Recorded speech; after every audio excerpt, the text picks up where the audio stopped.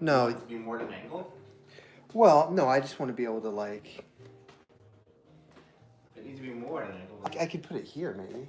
Would that be better? You could, yeah. And then point it down. Let's try that. Let's try that.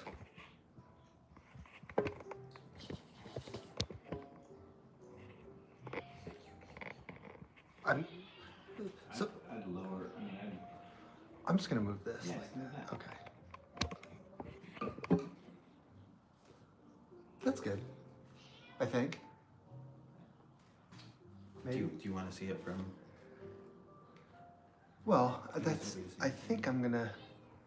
This should just go ahead and pop up. I had 4 notifications that I didn't. Do you want to go check the sound?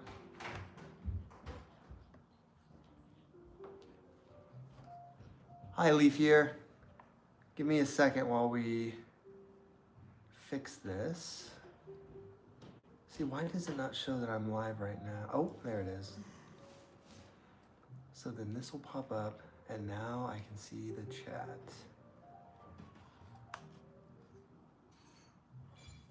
Beautiful. Let's make sure my jazz isn't too loud. Does the living room like shit? No, it's fine. It's fine. Too late now. Can you grab me a jug of water? They're in the sink. Oh, in the okay. They're just sitting in the sink. Yeah. Sure.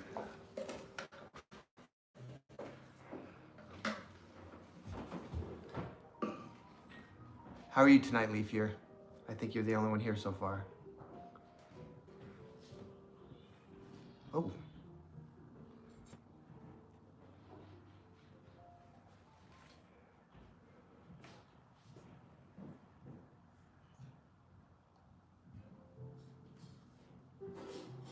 I'm good.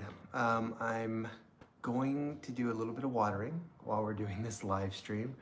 I didn't really announce anything, like I didn't send a live or anything, or I'm sorry, a short or anything. So like, I don't know if anybody's gonna remember. I mean, you did, obviously, but if anyone else will remember that we're doing this on Tuesdays. So I thought it might be fun just to water and kind of chit chat a little bit. So yeah. Ta-da, we have water. I do need to fertilize again. Do you? No. Are you sure? Yeah. I know where like, it is. I know, but like then I have to like, measure and I have to use the measuring spoon. Wes says to lower the volume just a bit.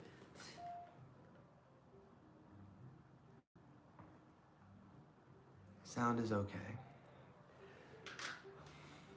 Like when are you gonna stop fertilizing? Me? Yeah. Okay. You never stop fertilizing? That's contrary to what we've talked about. Ooh. I do need to probably treat these cactuses For pests or something? for mealybugs. Of course. You and your fucking mealybugs. I know.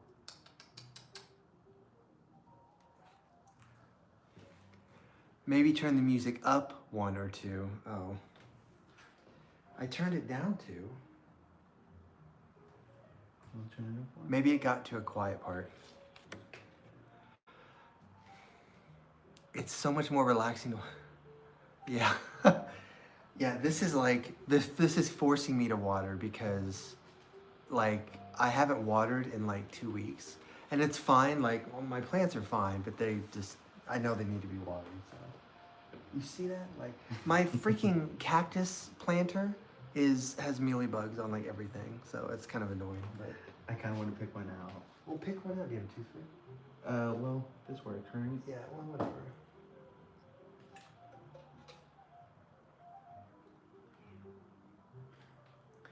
The only thing, lower the cam, not the music, Wes says. Oh.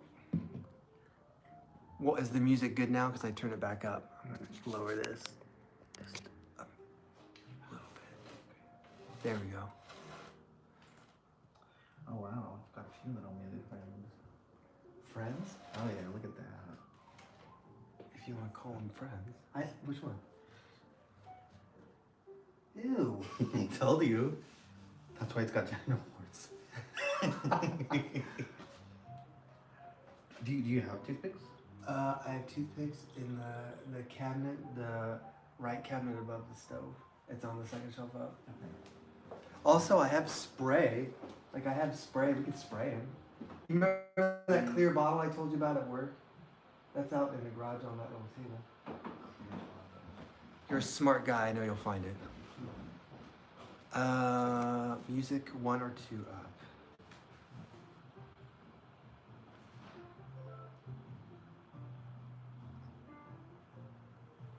There, I turned it up too.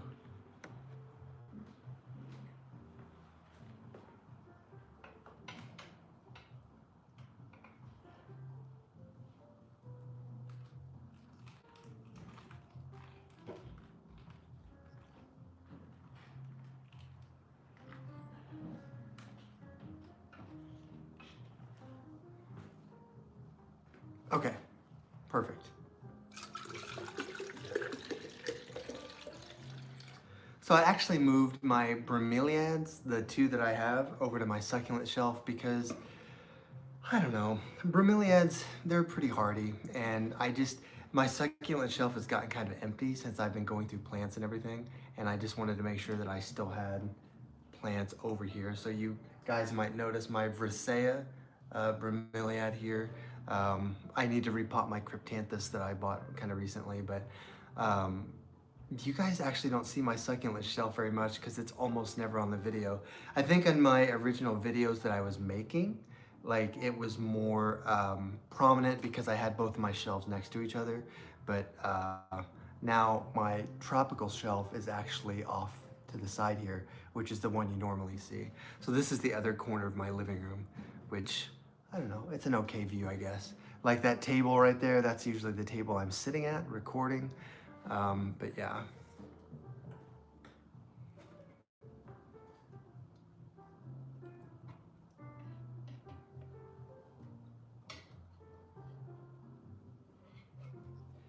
The only thing I don't like about waiting so long to water specifically my succulents is that the soil does get a little hydrophobic, and it does take a little bit to get it to like rehydrate. So what I actually do is, for example, with this agave, I actually let the water fill in the bottom of the saucer a little bit, which normally I don't recommend doing, especially if it's, you know, something that isn't that dry. But between this being in terracotta and the fact that the soil is so dry, this will just help make sure the soil gets hydrated. And it's not really sitting in that much, it's just sitting in a little bit. So I'm not really worried about overwatering it. Because you guys know I have a fear of overwatering. That's why most of my plants stay underwatered.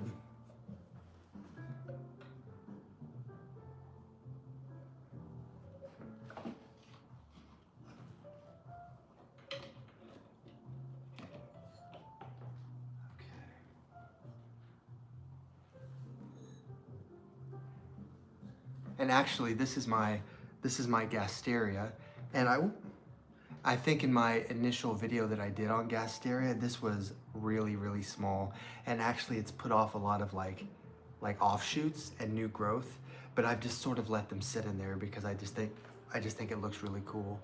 I'm dripping a little bit of water because again, the soil is a little hydrophobic right now, but it's fine.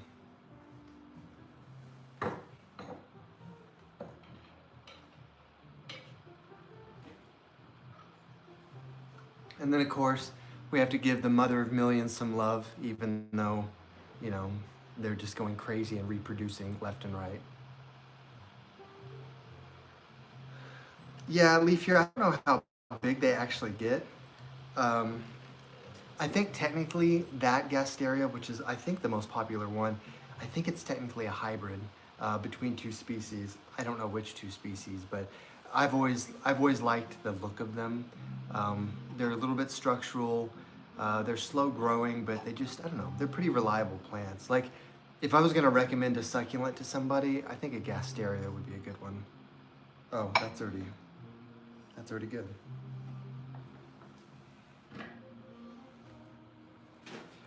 Actually, I could use this stool as a little bit of a ledge.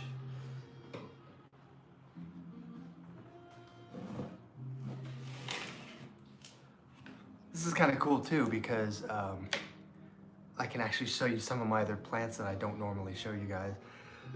They do look like green tongues, and I think the common name is actually little warty because the leaves, of course, they're kind of stubbly, like maybe they do have warts on them. But yeah, I've got this euphorbia, and it's a pretty good size. This is definitely one that's going to get tall, not wide. My mom had one very similar to this. It was narrower than this, and it was darker, almost like black green. And it got really, really super tall. So I'm hoping someday this one gets really big if I can just take care of it. I know that guy. What's up, Hunter? It's good to see you. President Nut, that is my friend Hunter that lives in Alabama, who did not get blown away by any tornadoes or hurricanes this year, so that's good. You didn't mean rubbing alcohol, did you? No, it's like in a spray bottle. It's in a spray bottle out there on that one of those shelves. In the garage. In the garage. It's got like a purple label, I think, or a green label.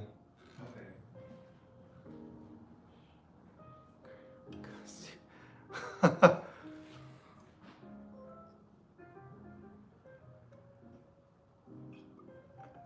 Oh, wait. It's Mississippi. Why do I always confuse that? Why do I always get that confused? It's because, whatever, it doesn't matter. Mississippi. Yeah, yeah.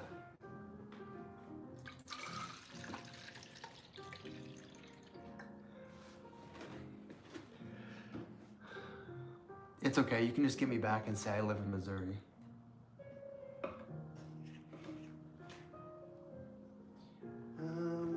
That one's good, this one's good. Good. Those were good.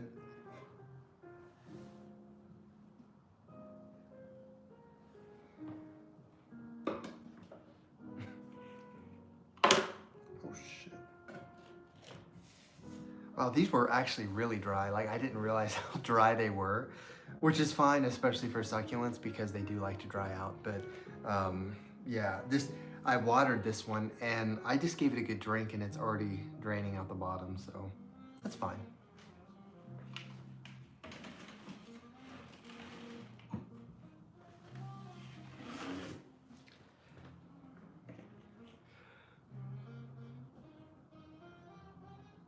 Yeah, well, I know you have a ton of plants. You have way more than me. I don't really have an excuse anymore. I mean, I'm down to like 35 plants, so I don't even really have that many. But I don't know, you've probably noticed that I do have like bigger plants and they just take longer to water, which is annoying, but I did pick up this, I think I got this in Indiana when I visited last year, or well, this summer. This is a pharaoh cactus and it is living up to its name of looking ferocious. I wish I had better light. I mean, I guess you can kind of see it here, but these spines are rock hard. Like if you fell into this, it would just tear your skin right open. So I don't know, it's pretty cool though.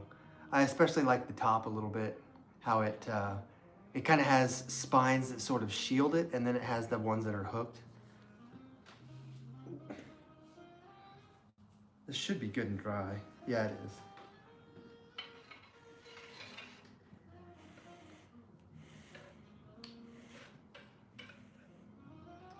No, Leaf Year, don't send me any.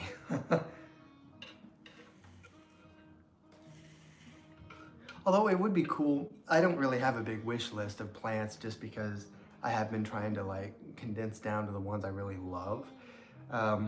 If I had a wish list, right now it would probably be a Clusia, because my Princess Clusia didn't do very well last summer outdoors and I ended up giving it to somebody.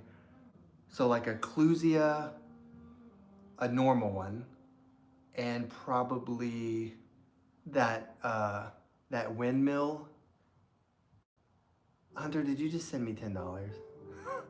Thank you, President Nut. I do appreciate that. And I love the little dancing lemon.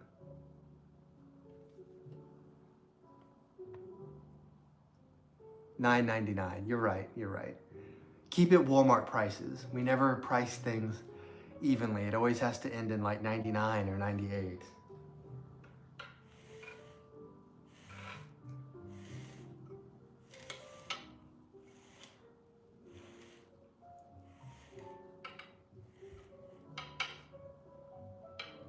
What was the other thing on my wish list? Oh, a windmill palm, probably.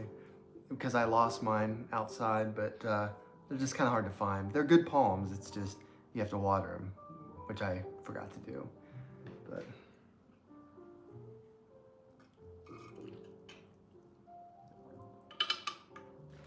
and if you guys didn't notice, I've got my friend here. He's usually on here for the live streams under the name Esquirroo. I don't know if anybody remembers Esquirroo, but he's here helping tonight. Well, you know, just hanging out. He went to get some insecticide to disinfect these cacti. I sent him out into the garage and I think he got lost. But that is not ready yet.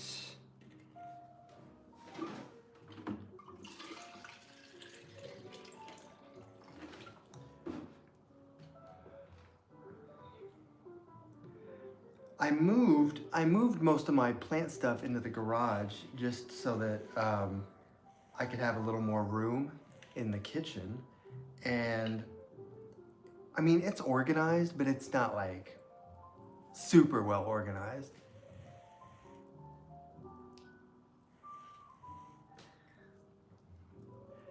Well, the dancing lemon is fitting because I have a lemon tree like right next to me that we're gonna water, and it has 3 lemons on it that are green, like they haven't ripened yet to yellow. But the tree itself keeps putting out flowers. And it's like, stop producing flowers, focus on making those lemons yellow.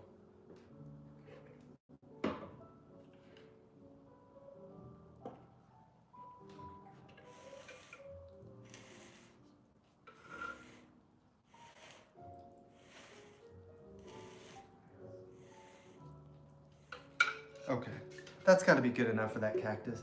The thing is like, oh no, there it goes, perfect.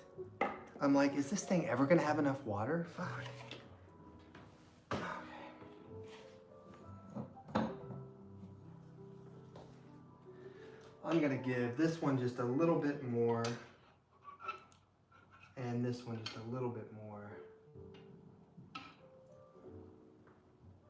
Oh, I forgot this one that I just broke a piece off of. That's okay.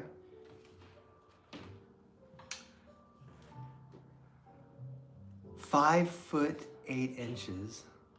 That's crazy. That's as tall as I am. Well, I'm 5'7", I think. But wow. I mean, I don't know. I'm always hesitant to like cut plants that are getting tall just because I'm like always impressed that they can get so big. But I suppose with trailing plants, sometimes like an epiprimnum, I do like to prune them so they're not dragging the ground. And actually, my ripsalis here, you can see how much it's trailing, and I just don't know. It's not touching the ground yet, but eventually it will, right? So then I'm trying to decide when I should do something about that. But this is the Hallworthiopsis I have, or Hallworthia if you just want to generalize. But it started out as like just a small little like 4-inch succulent, and I've basically let all of the babies it put off grow around it, and the mother plant's still alive in the center here, and I'm just kind of letting it grow and do its thing. I don't think, yeah, there's no roots on the bottom right now, but I don't know, it's gotten pretty big.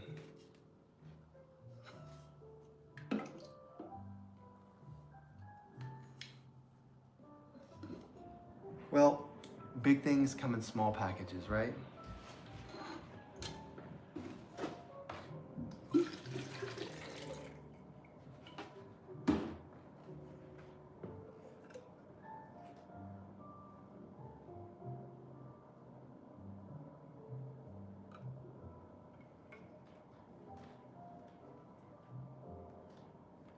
I've noticed that like my Hallworthia will sometimes get just the faintest of brown tips, like just barely a little bit. And that's fine. I mean, that's just, you know, it's kind of like a spider plant. You know, spider plants usually have brown tips on them. It's not really anything that you're doing wrong. It's just, I don't know. That's just kind of how they are. Kind of like how people have imperfections. Some more than others, I think. But yeah. Boy, he really got lost. Okay, this one is good.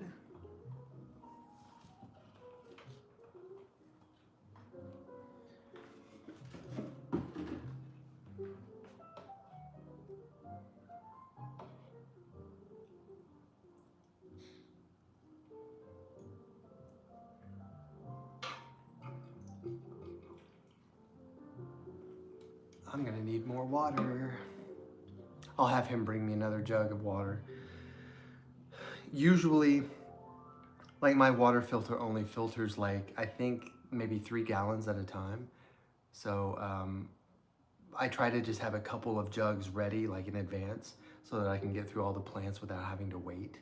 Like I don't want to have to stop and come back to it, but maybe he did find Narnia. That would explain why he's been gone. He better bring me some souvenirs or something.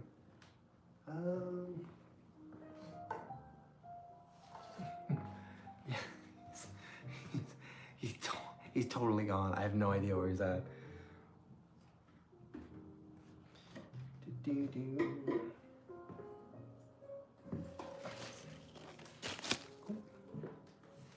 I don't know, the blood orange still feels like the soil is actually still pretty moist in this.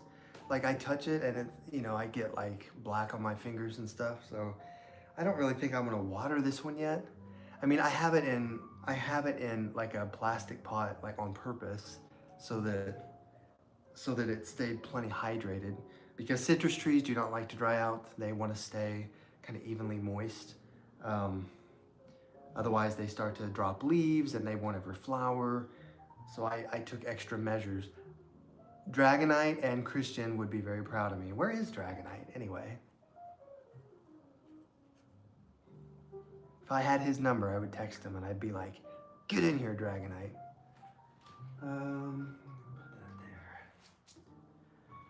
But the orange tree is doing really well. This is a blood orange tree, if anybody didn't see it last time.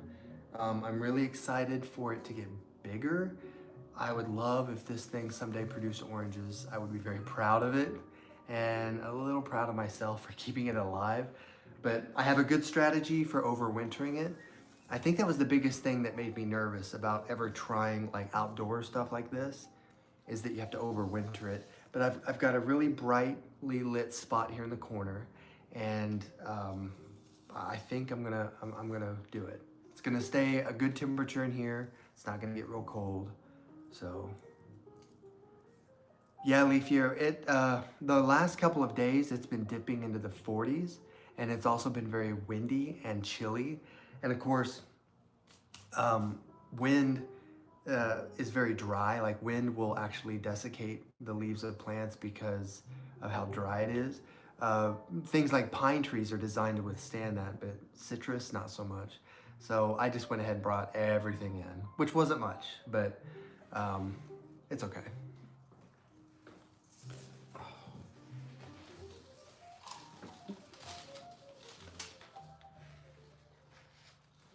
Now, my actual lemon tree, this is a Meyer lemon tree. You can see right, if I can get it right there is a flower bud. Kind of shaking on the screen there. Right there. It's actually got a couple on here, and they smell so good when they bloom. So I almost hate to cut them off, but I don't want them to get pollinated. I don't want them to produce more fruit. It has enough fruit that are not doing anything. If, I don't know if Hunter's still here, but there's one of my lemons that is still green and looks like a lime. What if they sold me the wrong thing and it was actually a lime tree? I'd be so mad. But the thing about it is, it's really kind of amazing. Like we don't really, like as houseplant enthusiasts, we don't really get to see it follow through like that all the time. I mean, some plants will flower like a lipstick plant, but you don't really get to see it fruit. And to see the process from bud to flower to, you know, fertilized ovary and it becomes a fruit, it's just kind of amazing. It's kind of a miracle, really. And to think that eventually it'll be ripe enough I can actually pick it and eat it. Well, I don't know about eating a lemon, but I can use it in something. It definitely needs water. I need a saucer actually to put under it because I didn't have one under it when I was outside. But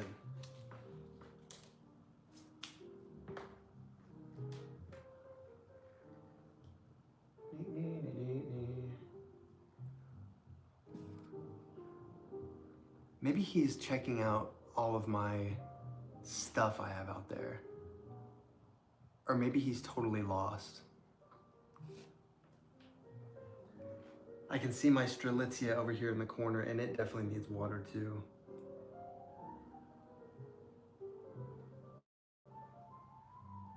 This is when I wish I had some like glide gear. I could like just kind of carry my phone and it wouldn't look so jumpy and everything. But I'm tempted to go out there and be like, are you lost? Where are you at? You're totally...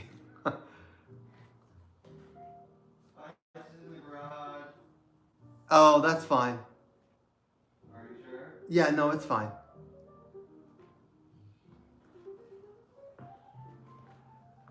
Did you find the spray bottle? I looked on in all the shelves. Well, the mirrors in the way. Oh, like the thing that's on the, like right when you walk out the door? The On gray the thing? right. That was inside here? The little short wooden thing? It's not in there? Okay, you wanna bring me that other gel?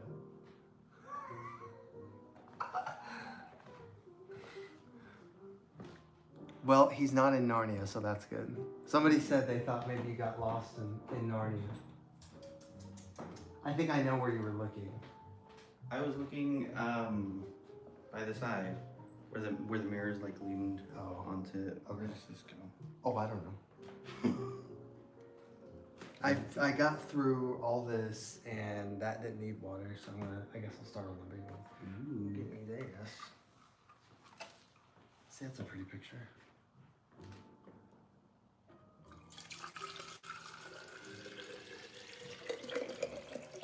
The birdie's doing okay. Well, I'm glad. I haven't really been doing much to it. Did you say you have one or you've had one? I have one, a variegated one, but it's not doing well because I haven't watered it. Just like you. What do you mean, just like me? That's not fair. If you say so. If I found that, do you want to spray these? Sure. Did you find the Q-tips, the toothpaste? You said it was above something, but I looked in all the freaking.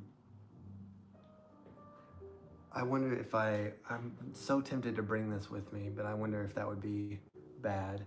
I'll just leave it. Give me like 1 minute and we're gonna come right back because we have to get this spray to disinfect the cacti. Okay, let's get it. Let me show you.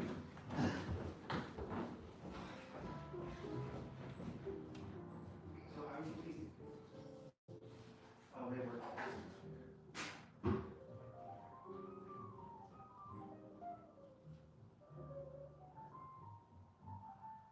But I mean, if you have Q-tips, you could use alcohol to do. Oh, yeah,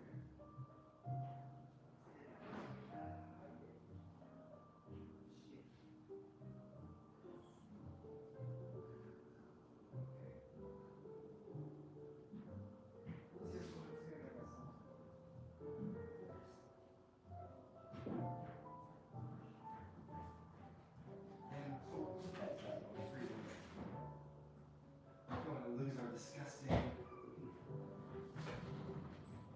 Yeah, I wasn't sure what was the freezer, so I just put it back on. Oh, it's so gross. Yes. Okay. No, you're not too late. That's rough. You are just in time. We're doing well, maybe we should be doing cardio because just running up those stairs, I'm like, okay. No, we're watering and we're disinfecting things, and I broke a piece off of that. You think that would propagate? What is this? An aloe? No, that's a Haworthia. I don't know anything about Haworthia. Well, it's like an aloe. Aloes don't. That you need to have. Typically, you need to have. Hi. Typically, you need to have stem. Some of the stem. The aloes don't really propagate from leaves. Like a jade plant. Stupid. I'm disappointed. Yes. Do you want this? Or do you? Or did you leave one? I left them. Yeah. Oops. Okay. No, I was looking. I thought you had them down here, but. How, what were you gonna ask? I don't remember. How are you doing, Asraf? I got your comment yesterday about how you keep missing these or how you just missed one or whatever, so it's good to see you. I haven't watered in a couple of weeks, and it got to be Tuesday again, and we've been doing this on Tuesdays, and like it was 7 o'clock, and I'm like, I don't really know what I'm gonna do for this, so I'm like, well, let's just do something kind of whatever. We're just sort of winging it. No, I don't need one. No, I'm just gonna keep watering these if you wanna. Is that a good height? Yeah. That's Okay. all right. Give your... Here it is. So what he's doing is we've got a little, I'll show him the bottle. We've got a little spray here. Oh, it's backwards. Well, it says plant protection. It safe for plants, people, and pets, kills mites, insects, and fungus. It's just very organic. It's got like peppermint oil, rosemary oil, just some different things to kind of get rid of these mealy bugs. But yeah. Okay, so Leafier says she tried doing Haworthia from a leaf. It didn't work. So I guess I'll just throw that leaf away.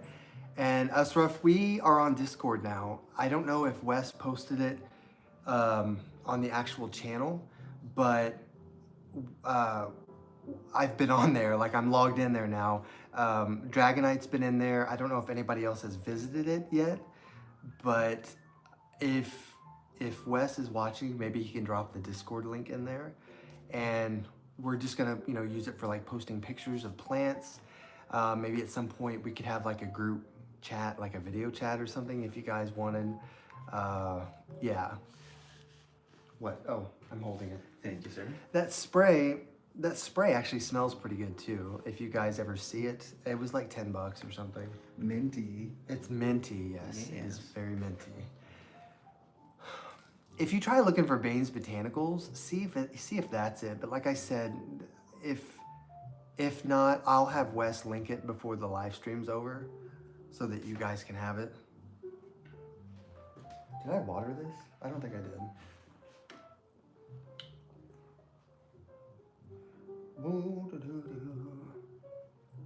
Let me know if you find it though. If you find it just by searching.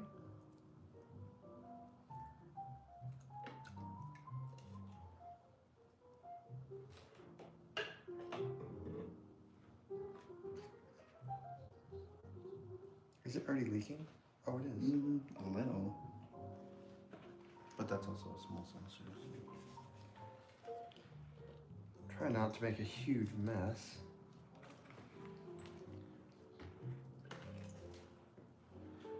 Ooh. There we go. You want to bring your saucer?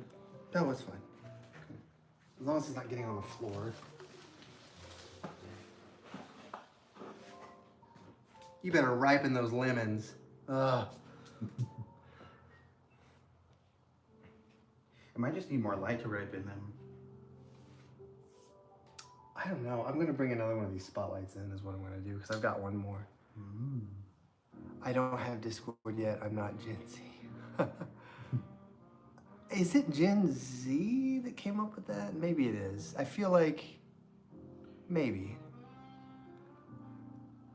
It was really just, it's all Discord is like, it's kind of like a chat room type thing that mostly gamers use, and you can you can like do audio calls and stuff, like have your headphones on and be talking to somebody. But there's also like a chat room feature.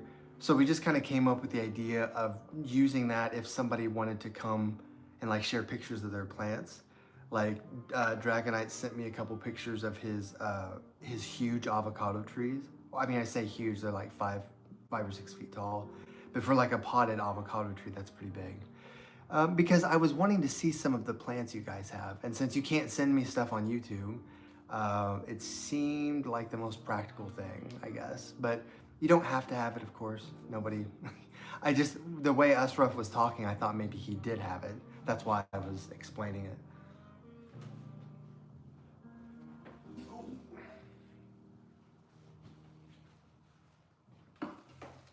Scoot this over just a little bit. My ficus, whatever ficus this is, Crystalla falabalala, like it's something with a C, and I think it has the word crystal in it. But it's getting tall to the point where I might need a bigger stake, like a bigger. I've got some bamboo stakes I could probably use, but for some reason it wants to lean, and I don't know how it is in the wild, but. Does your YouTube channel not have the community tab yet? Do you know what that is? So that's you basically make posts on YouTube. But can people post to you as well? I don't think so. People can post comments. Here, let me see. I think so. Maybe. Question mark. So while we're talking about generations, of course I'm Gen Y, and my friend is Gen Z. So when there's like technological things that go on, I usually. Oh, so Leafier says that people can post pics there. Well, how did I not know that? So like, I think that's what they mean by the community tab. Well, why aren't you just on my channel? Because I don't think you have one. I think you have to have a certain amount of subscribers to get it. Oh. But here, let me see. Maybe. Hey, did you get your phone fixed? I got a new one. Did you really? Yeah, shit's fucking expensive. Don't you? This man thinks he's so funny. I know. He swears he's the funniest man alive. I'm pretty funny. Oh, I did these. Yeah, I did these things once. That was cool. A year ago. Oh. Wow, wow. We did the surveys a couple of times. Like, I don't know. You can show them if you want.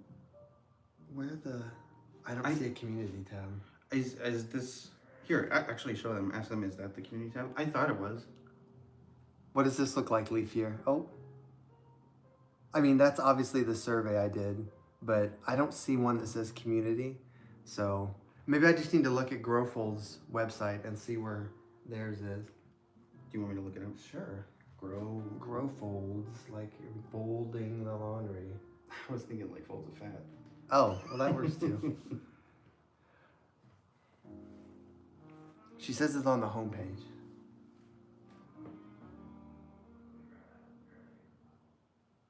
Well, I think the homepage of maybe. No, because then it, no. Okay, yeah, let's go into it. We're looking into it. We're launching an investigation. Yes.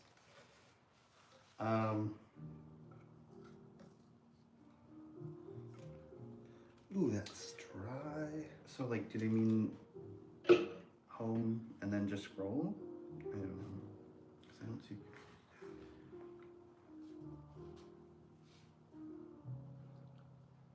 He doesn't even click his comments. Hey now, I always check my comments. Sometimes it just takes a few days. But I respond to every comment except for the ones that are like a smiley face. Like it says right next to the join option. Okay. Do you see a join option?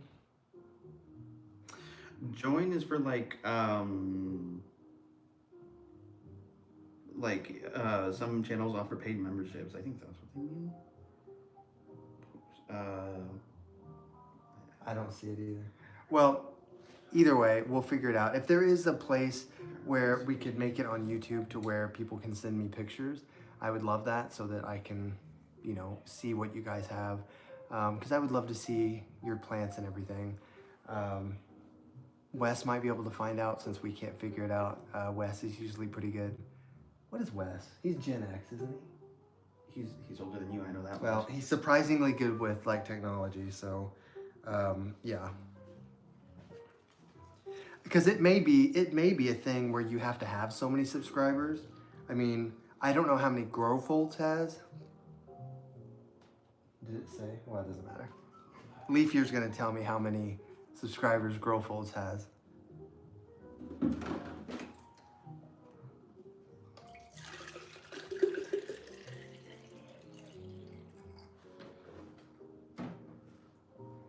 $13K. Oh, that's honestly about where I'd like to be eventually. You know, I wouldn't want to be. I think I've said this before. I really wouldn't want to be like Plant Arena was and have almost 1 million. Like, I mean, sure, yeah, that'd be great money, but it's not, for me, it's not necessarily about that. It's about like being able to connect to the community.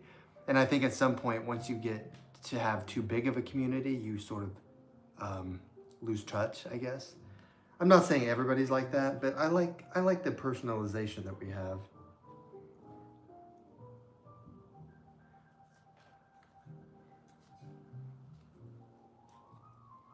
Oh, well, sure, now it's just gonna leak like crazy.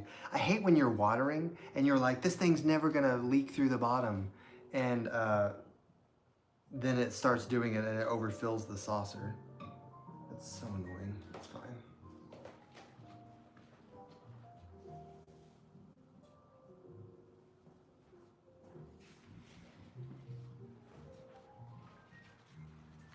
Here's my big Strelitzia. This is an orange Strelitzia, so it's Strelitzia reginae. No flowers yet. I'm hoping next year maybe it will.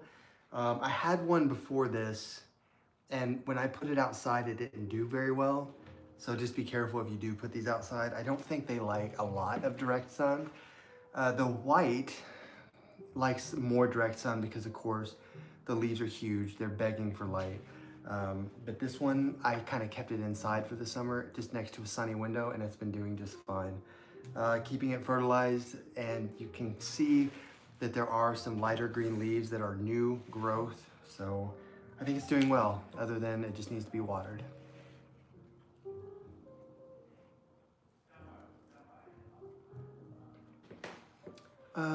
Yeah, Asraf, we were kind of talking about that on the last live stream, and Wes and I were sort of discussing it.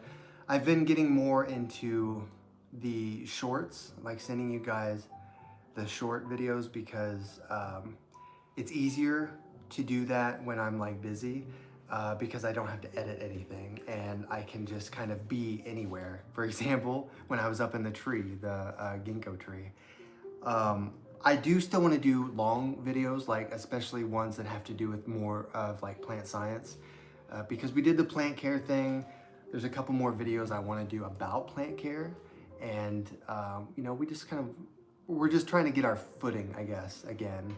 You know, last year and the beginning of this year, we were popping out videos like 2 a week, just because I had so much that I'm like, I have all these things I want to say, and you know, now I've said them. And I just want to make sure that I'm putting out quality stuff for you guys that's not repetitive. But yes. Let's see. Mother of Thousands on. I agree, Leaf Year. I like when it's cozy. And thank you for bringing your friend last time.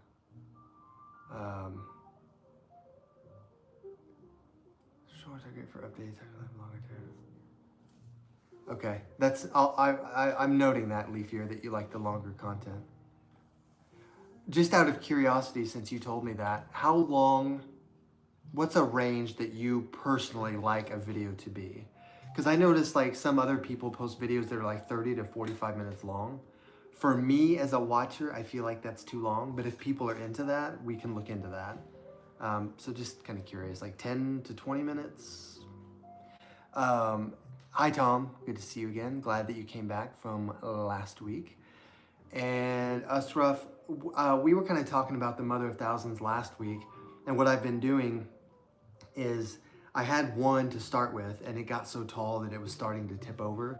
So I got rid of it, kept a couple of the babies, they grew tall to the point where I had to get rid of those. I think I may have given him a couple of them. Did I give you? The babies, yeah. Yes, I did. Okay. Thank you. Yeah. And then now I've got just a little pot of more babies that are already making babies. And yeah, it's just going to be kind of a generational thing, I guess. But if you're wanting to hold on to it, we can look at it. At least 10 minutes, but no such thing as too long. Okay. Good to know. I just always wondered that. Like, I would see other creators like post like really long videos, and there's actually a thing where you can look at how long people stick around. So maybe I should post a really long one and see what people think, if we like that or not.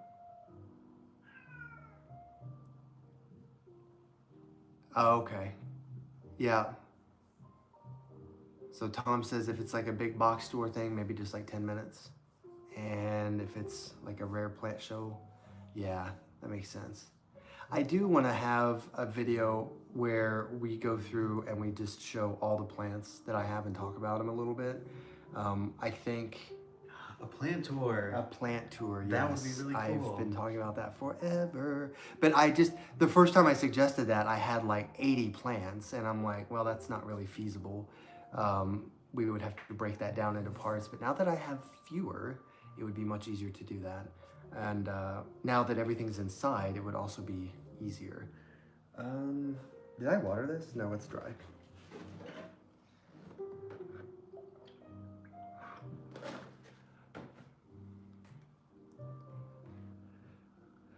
I probably will fertilize one more time. Like, I'm not fertilizing now, but I'll probably fertilize one more time and then I'll stop. Because the next time I water, it'll be like the beginning of November, and that's probably a good time to stop. I probably won't even do like full strength. I'll probably do like half strength. Because it's time for the plants to take a nap.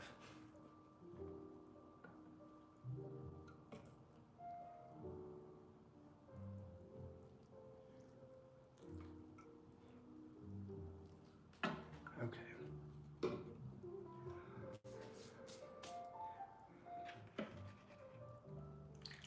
Oh, okay. I guess it's already going through. I guess it was also really dry. I am. There are so many and the thing about this is that I have to like kind of thread it because you can see there's like how it has warts. Because it has those warts. So somebody was telling me, I don't know, maybe it was Leafier that said this. Somebody said that this was a tephro-cactus, I think. Like this. Oh. I guess I can kind of see like the polygonal shape. Yeah. I don't know, that's true. I'm getting rid of one of them. I don't need two of them. Asraf is trying to log into Discord. So I was already logged into my personal Discord, and I had to figure out, like Wes had to give me all the information because he made it. And then I got logged out somehow, and I didn't remember my information, and it's just whatever. But Millennials. yeah, millennials. We're supposed to be so good about these things, and we're not. Do you want to hold this real quick? Just hold it up. And I'm gonna dump all that water back in here. Sure. Just real quick. I don't really care if this gets shitty. Ooh. Perfect. Thank you. Mm-hmm. Did you make a mess? Okay.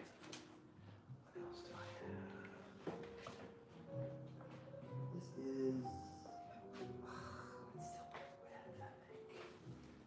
These also have saucers under them. What?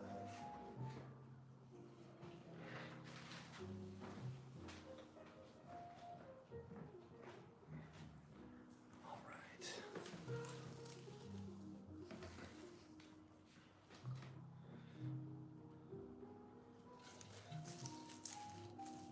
Ooh, that is dry, dry, dry. That's okay.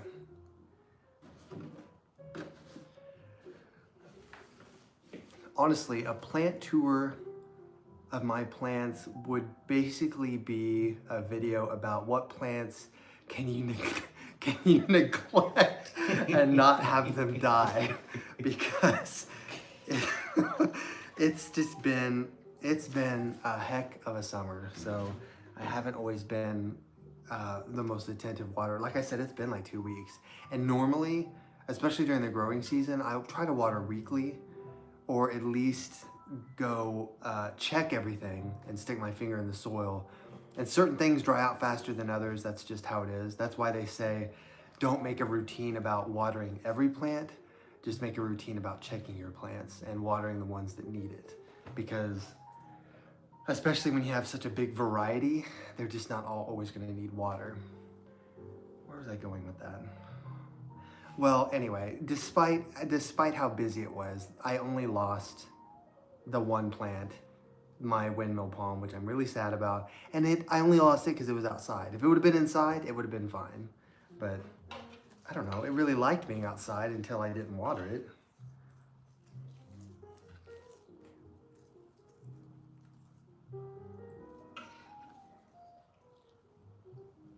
Well, Leaf Year says that she wants us to go water her plants. Aren't you in, I think Leaf Year, did you say that you were, hang on, don't tell me. You're in, I think, West Texas, if I'm not mistaken. That's why your plants are still outside. Somebody was from Canada, but I don't remember who. Cool. Usruff is from, not the Philippines. Hey, Usruff, where are you from? Remind me. For some reason, I thought it was the Philippines, and then I thought it was the Middle East, and I don't remember.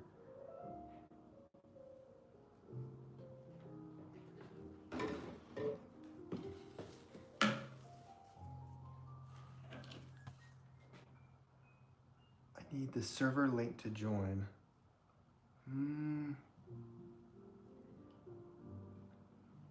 Well, I can't call it. It's fine. I'll send you the server link. Malaysia. I was close with the Philippines then. Malaysia. Cool. Yeah.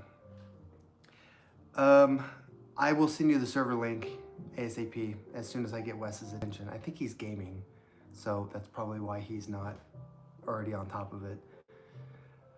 Tom says once can evenly moist. Okay, yeah.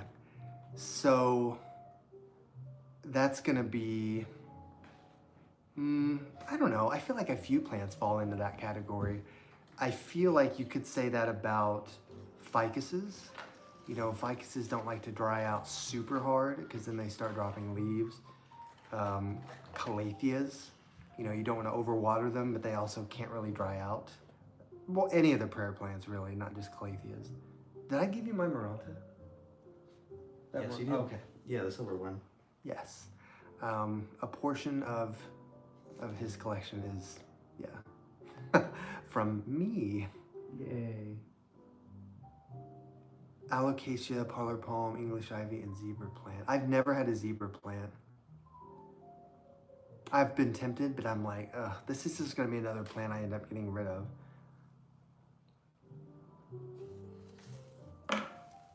Come on, look at the bottom.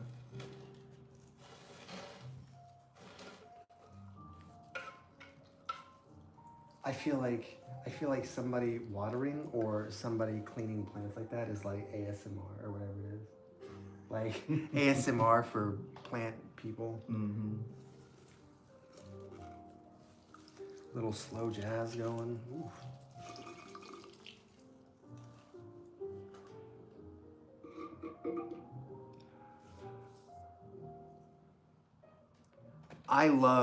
I love English ivy. I think we talked about this last week, but I can't, I'm just not loyal enough to it to keep them alive. Because if you miss watering by like a day, they're gonna get spider mites. So it's sad. And my Algerian ivy was so cool, but I've heard zebra plants are hard to take care of. There's something to be said though, when you do master one of those like more moderate difficulty plants, when you're able to finally get it, it's really gratifying. So I think the most difficult plant I have is probably, yeah, I don't know. Maybe my maybe my Ficus pumila. Bless you. Thank you. Salud. I think my Ficus pumila is the one that if I don't water it, it will die. Like it will just, Ficus pumila is really unforgiving. It's not, I don't think it's the hardest ficus to take care of. I think triangularis would be the hardest. Some people will argue that, but I keep it by my kitchen sink so that I can see it literally every day. Because these plants are down in my living room and I don't always come down here. But yeah, I see that ficus every day. Of course, it also drops leaves, even if I do water it. It's like, you know what, I like you, but I don't like you all the way. So I'm still gonna drop leaves. But let's see, Oh, I love when ivy trails and just goes wild like that. So Usref is asking who my friend is. I'm me. My name's Isaiah. Sometimes you'll see me on the lives as Escaro. Escaro, is that how you say it? Yeah. ESQUIRO. You know what? Actually, let me comment. Oh, can you comment? Okay. Yeah, for sure. He's been on the live streams like digitally before, and at first I didn't know who it was, and then he told me, I was just like, oh, you were incognito. Here, He was the one that said my perm was iconic. Your what? When we were talking about my hair, and you're like, man, that perm was iconic. I was like, I don't know about that. Which one? What is the Leafier? Do you, off the top of your head, know the genus of the zebra plant? Because I know it's a different genus. If we're talking about the same thing, I don't remember what it is called. But I've seen them sold. Like we've had them at Walmart before. This is actually starting. A little. Okay. It's good enough.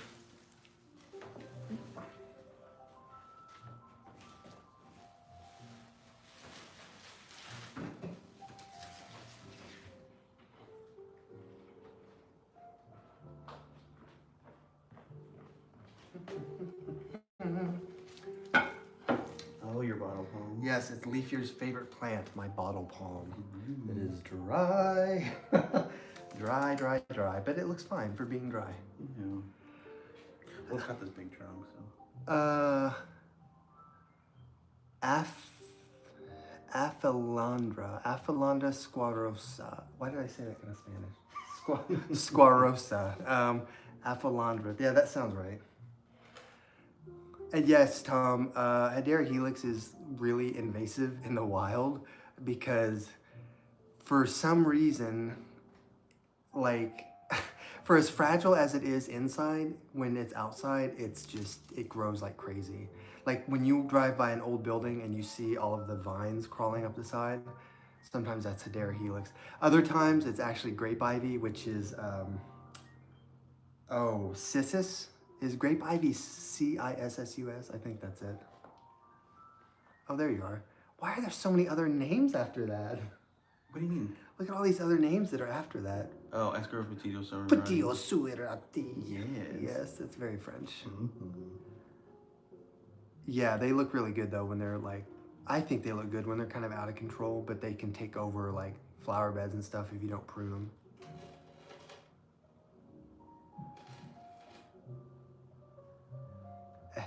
The way that it looks like somebody, the first name looks like you're trying to say squirrel, but like you have a Spanish accent, so you have to say S, like I speak a Spanish.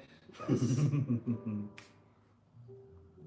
Where is, I can't think of her name that lives in Costa Rica, Puerto Rico? No? Well, hopefully she shows up sometime. Fingers crossed. Yeah, fingers crossed. Who else haven't we seen in a while? We haven't seen Christian in a while. I've remodeled my house, and I had Christian in mind because he made fun of me for my curtains. Oh, right, you changed. Yeah, I changed all that. Because you were traumatized. I was traumatized by that. No, they were really ugly curtains, so I had to get rid of them. But, do I have more water? I do, okay. Do you need more? Not yet, soon.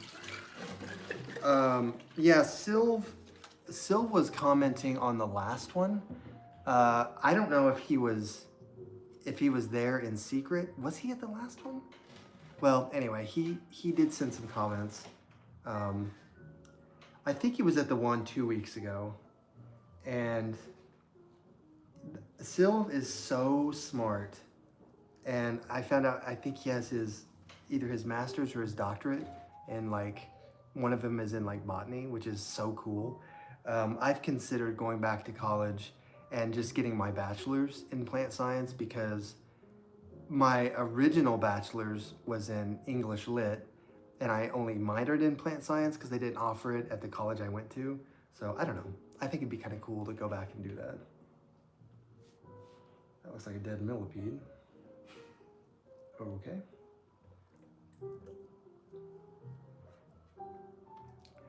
Have Wes put the Discord link in the comment section of this saved live stream. I'll go yell at him here in a minute so that he can just do it now because I don't want to forget. I know he's up there on his computer.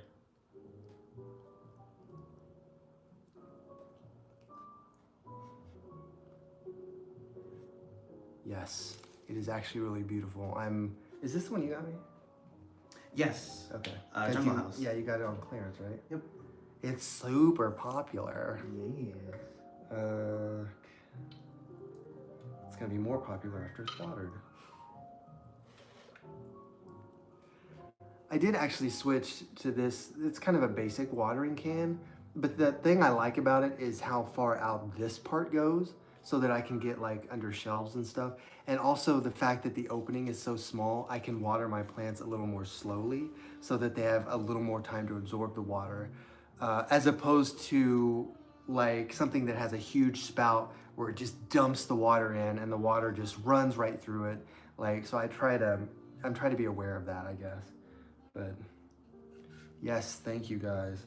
It's, the thing is, like, I feel like we end up talking about palms sometimes, but there's a lot of cool palms out there, and you don't find them very much because every place is too littered with Ravinia.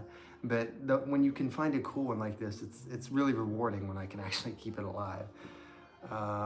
I do not have a desert rose. Somebody asked me that like a year ago. I think they wanted a video on desert rose. I haven't found one. I also forgot to look. That's probably why I didn't find one, but I've heard they're really cool.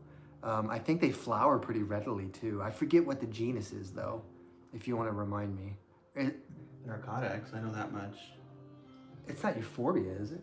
No, they're I might be thinking of crown of thorns. I know they're related to Stephania. Desert rose. We're looking into it if somebody else doesn't beat us to it. Adenium obesum. Let me see. Shit. Okay, let me just look it up. Obesum. Oh. Mm-hmm. Yeah. We were talking about that because we were talking about the type of plant it was, not the genus is Adenium, but the type of plant that has like the thick trunk, the thick like succulent trunk, those are called something. Codex. Is that what it is? Yeah, they're Is there really... a longer name? Oh, here, let me see. Because I think at some point somebody was wanting to see more of those, and there's like three or four different genera that are in this kind of type of plant that I just never have had any of. They're very bonsai-like, actually. Does really well. Oh. Caudiciform? Yes, caudiciform. Caudiciforms. The fancy name for something that stores water in its trunk, probably. Mm-hmm. Yes, caudiciform. Tom, I was so confused at first. He said desert rose does really well in malaria, but he meant Malaysia. I said a typo the other day that was so bad I can't even repeat it on here. But I don't know why my phone did that, and I was just so embarrassed. I was like, wow. Oh my God. It was so You're getting bad. flustered just thinking Yes, about I it. am. I was like, I made the really bad impression with somebody. They sell here by the dozens. People usually go in by flower color. No, Leaf, I'm not going to tell you. The word, I forget what the word was I was trying to replace. I said, Embarazado. no. That's a good one in Spanish, though. Like, if somebody says, there's a term that's called embarazada, and it means pregnant, but it sounds like embarrassed. So there was a joke that like a guy said that they were embarazada by something they'd said, and people were like, what? That doesn't make any sense.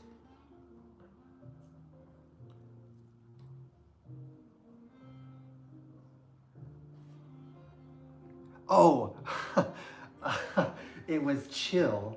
Chill. I meant to use the word chill and I said child, and the context was like a little questionable. So like I said I was talking to a person about like somebody to hang with to speak Spanish, and I said I'm looking for someone chill to hang with, and it typed child, and I'm like, no, I don't want to hang with someone's child, but it just, I don't know. Out of context, it looked really bad, but yeah. And like the platform I was using, you can't correct like messages you sent, so it's just there now, but it's fine. Did this start leaking through yet? Oh, it did. Yay.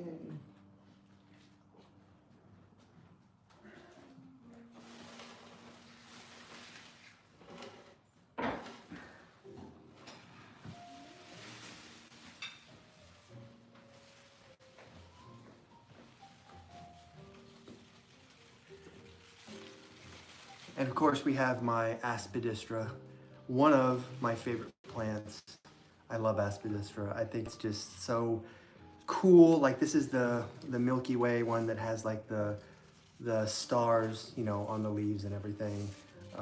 I've had this one for 2 or 3 years, I think. So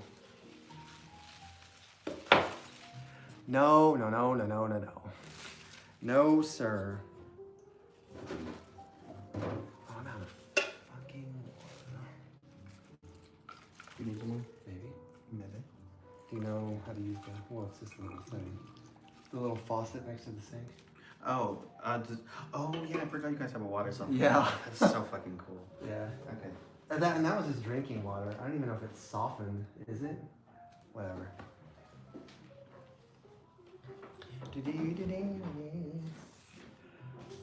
I need to dust my plants actually. Like, usually I wait until spring to do that, but I feel like the ones that have been inside all summer, they're like super dusty. Especially this one. I just really need to stick it. Like maybe on the next warm day, I'll just take it outside on the patio and just hose it down. When you have a plant like this that has many, many leaves on it, it's really hard to clean every single one.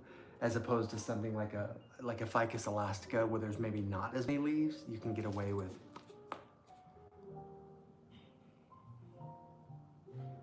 Let's see.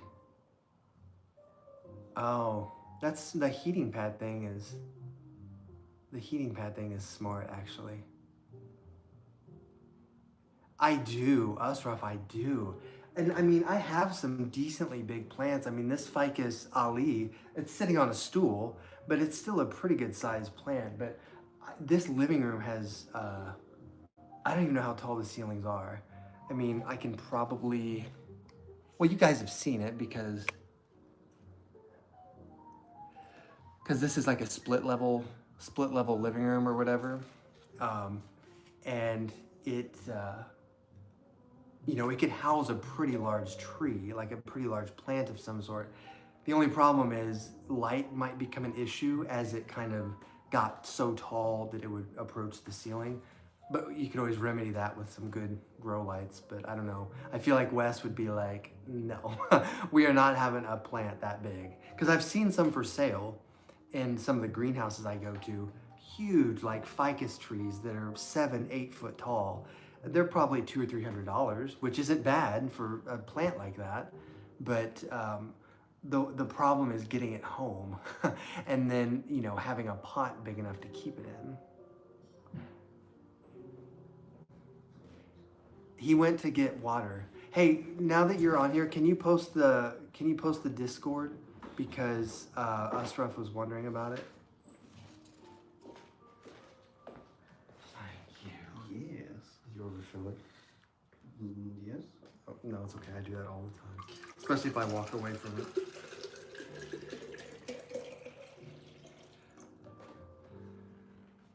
Skylights would be cool. We thought about putting skylights in, but the way the house is, we can't really, unfortunately. Also, skylights, a lot of people won't put them in because of the problem of potential leaking. Euphorbias. Tom, how many euphorbias do you have, out of curiosity? Because euphorbia is such a massive genus of houseplants. I mean, it's just a massive genus in general, but... And Ashraf, the beams are fine. Like, I think if you actually were in the living room and like saw the house, you'd see that the aesthetic is perfect. Yes. Beautiful. All the gays agree. Hello. Hello.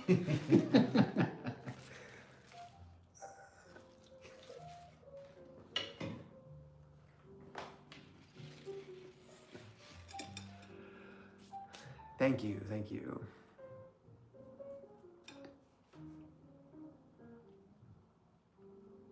And actually, this room, it couldn't have skylights because it's a 2-story place.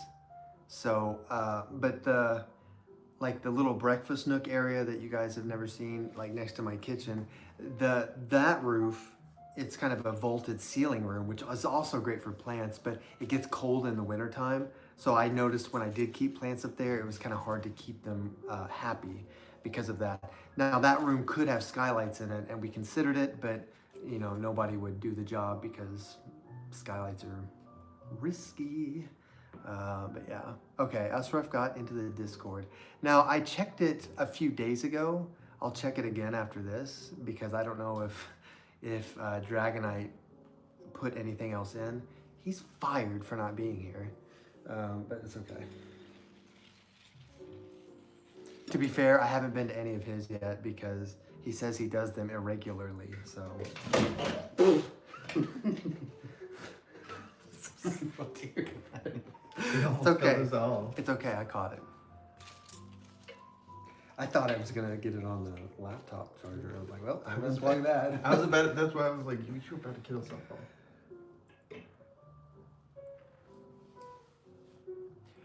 I only have the Trigonia and the white ghost Lactea. Oh. No, you don't need to bring a towel. I didn't spill it.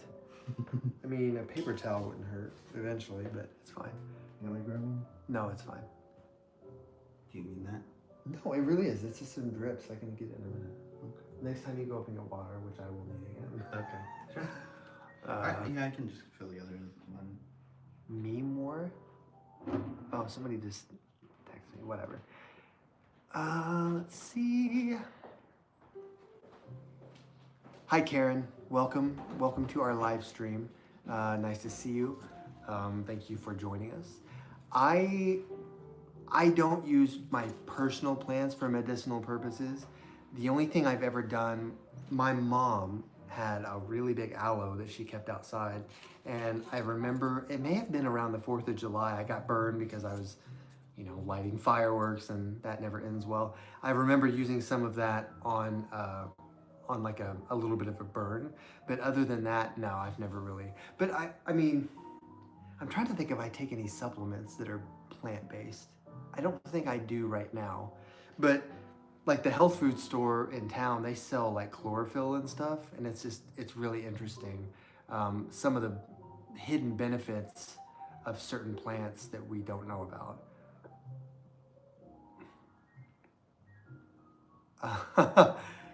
Okay.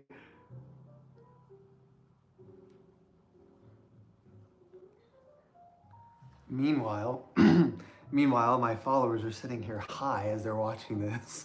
That's why you guys keep coming back. You're like, I'm just gonna smoke a little and go hang out with Bane's Botanicals. Oof, gross. What other plants have I? Oh, I need to water that one. That's what I need to water.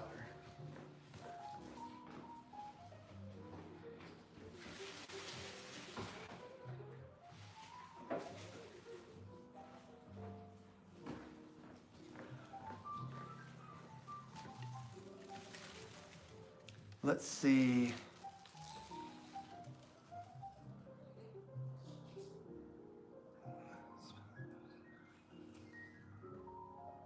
Yeah, an actual, like a Dracaena. I know the kind you're talking about, that are very long and slender, and then they have the big foliage on top. That wouldn't look bad, and especially in a corner. Um, it would have to be the right one. I actually lean toward the Dracaenas that are the ones that have like the big strappy green leaves. I can't think of what species it is off the top of my head. It's not marginata. It's oh, somebody will say it in chat probably, but yeah, dandelions. Wes mentioned dandelions. Every part of the dandelion is edible, and dandelion tea is supposed to be really good for you. You know, people consider dandelions weeds, but I'm not saying go out there and eat one, but like, you know, there's just, it's just interesting. The things that we consider invasive or weeds could actually be good for us. Also, now what I'm watering, this is my Rhapis palm, however you want to say it. I love this palm. It can be a little finicky because it does not want to dry out. It will get brown tips on it, but it's just such a gorgeous plant. I don't know, one of my favorites up there with Aspidistra for sure. What were we, oh yeah, that's what, I'm like, what did I send you off for?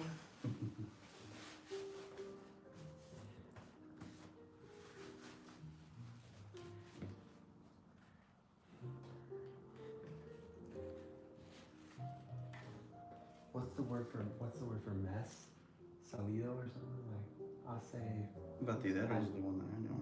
Oh my gosh. Some other word that I haven't learned. Yes.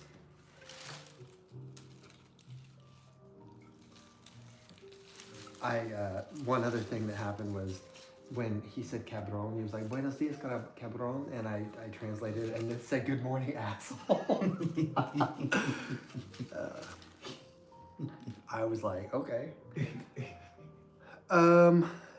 I don't think I've tried dandelion tea. I've got some tea that I don't drink much unless I'm not feeling very well, mentally or physically. Dandelion tea, yeah. Oh, you're talking about, Ashraf, you're talking about the Jenny Craig Dracaena. It's like that, but the leaves are not so like stiff and upright. Like these leaves, they drape a lot more. Oh, Wes bought some dandelion tea. Okay, well, maybe I'll try some. I want to try Earl Grey. I don't think I've ever had Earl Grey tea. It's very British, but Black tea. I don't like black tea. No. Black tea has a lot of caffeine in it too. Wes is gonna make some, oh, we didn't get anything to try. So I don't know if I don't know if you were here, but every week we've been kind of trying a new food. And when I say we, I mean me. And last week we tried a Korean pear, and it was so good. Like it was way better than the freeze-dried durian, which I think we still have. You tried it? Yes, it was horrible. You should try some. Fuck. You should totally try some. I'll have Wes get it when he comes down. Okay. We'll get another reaction to the freeze-dried durian. I think we made the agreement that when we reach 10,000 subscribers, which we're like 20% of the way there, I will try an actual durian. So tell your friends. What else? Herbal tracing, I love there. Oh, it is fragrance. Yes, Ashraf, that's it. Dracaena fragrance. Good job, thank you. And I only, part of the reason I like it is because my mom had one. I think I've noticed that when we gravitate towards certain plants, sometimes it's a nostalgic thing. And for me, Dracaena fragrance is one of them. I don't have one. Maybe I should, but I don't. I do know they get really big.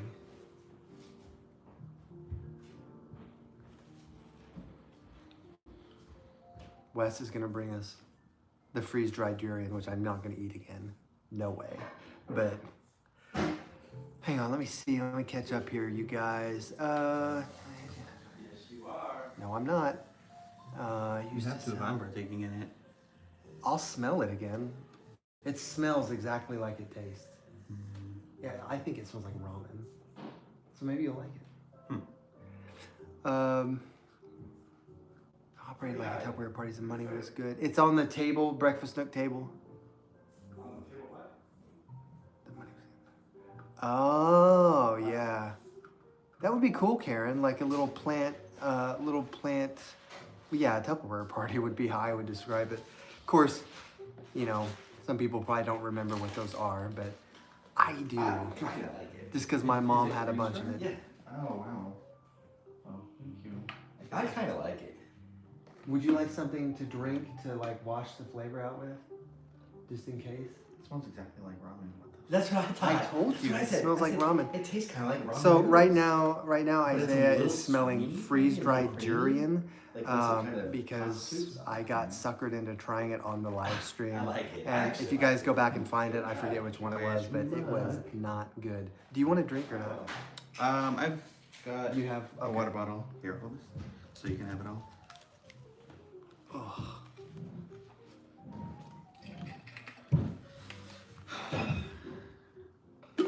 Oh, that sucks. Yeah, I forgot about the Cali fires earlier this year. That's crazy. I can just smell it. Damn.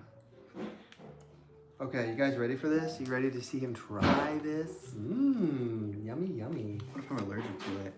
I don't know if you can be. Can you like develop an allergy to anything? I don't know. We're about to find out. Yeah. Live. You haven't developed an allergy to sweaters. No. I'm scared. Do I have the whole thing? Yeah. that's No, it. you can just take a bite if you You want. eat the whole thing, but the whole thing is Just chew you on can it. just take a bite. It's fine. I think No. that I think you will like it. Here, give me.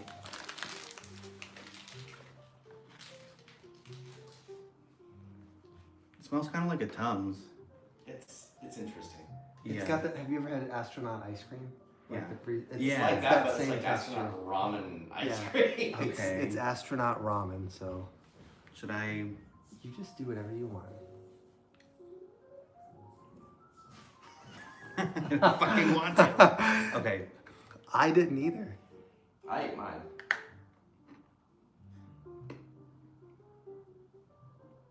It tastes like garbage water. Like how garbage water smells? It tastes like garbage water. That's incredible. Spit it in the toilet. Garbage water. That's so Ugh. What the fuck? Oh man. No, thank you. Did you spit it in the toilet? It tastes like garbage water. Yeah, What? it's horrible. Yeah. It's horrible. You guys don't even know. It's so bad. No offense to anybody that likes durian, but I think that list is. It tastes like what garbage water smells like. Yeah, like when your garbage has been out in the rain. Yeah. Ugh, I can smell it. Oh man. Can you smell my breath? Would you like? No, sir. Because when I tried it, because that texture it gets stuck in your teeth, Yeah. and I kept trying to eat stuff to like get that out of my teeth, and it just wasn't working. All right, everybody in the comments, pressure him to have some. No, so Leafier says she loves to try new things. Part of these videos. Well, we need to go shopping for next week, and we just need to have a couple things ready. There. Oh, your dandelion tea. We let it steep for like 5 minutes. His breath smells like garbage. Let it steep for like 5-10 minutes before you drink it. This is foul. It's foul. Are you still eating it? I wanted to try it, like an actual piece. I actually ate it. I didn't mind it. You're evil for that. I could never. Yeah, he was like, oh, it's good, and then he won't eat any more of it. I ate some more of it. You're lying. Nobody's impressed. Go away. Uh, Oh. bringing 20 or so plants in. Oh my fucking god. Okay. Later, I told. We did something similar to that over the holidays. Somebody was hosting like it was sort of like a plant swap, and it was kind of a dirty Santa thing where somebody had one and then like somebody else got one and they could like opt to steal that one or get a new one. And but the plants were all hidden, like they were in boxes, so you didn't know what you were getting. It was pretty fun. I ended up with some cuttings, and I don't have any of them. I gave them away because they were just cuttings I didn't really want. Sorry, Tori, if you ever watch this. But I did get a repotting mat, like one of those unfoldable ones, and I love it. Like I've used that so much. So it was worth it just for the repotting mat. I think I got some cool prop stations as well. What else are you guys saying? Yeah, Asraf, I agree with that line. I'm not gonna repeat it, but yes, you are correct. Yeah, what else are we saying? What is that? Hershey Kiss? Mm-hmm. Is that gonna cover it up? I hope so. Yeah, you hope so. I'll keep my fingers crossed. Yeah. I mean, can you smell it? No, Good. smells like Hershey's. Yay. Ugh. You should go offer some to your sister. Be like, try this. It's so good. Not fucking evil like that. It's so good. Give it a try. Mm-hmm. I thought about taking it to work because I have a lady that's Vietnamese that I work with. Oh. And she's, I don't know, she likes some interesting things. I thought she might like that too.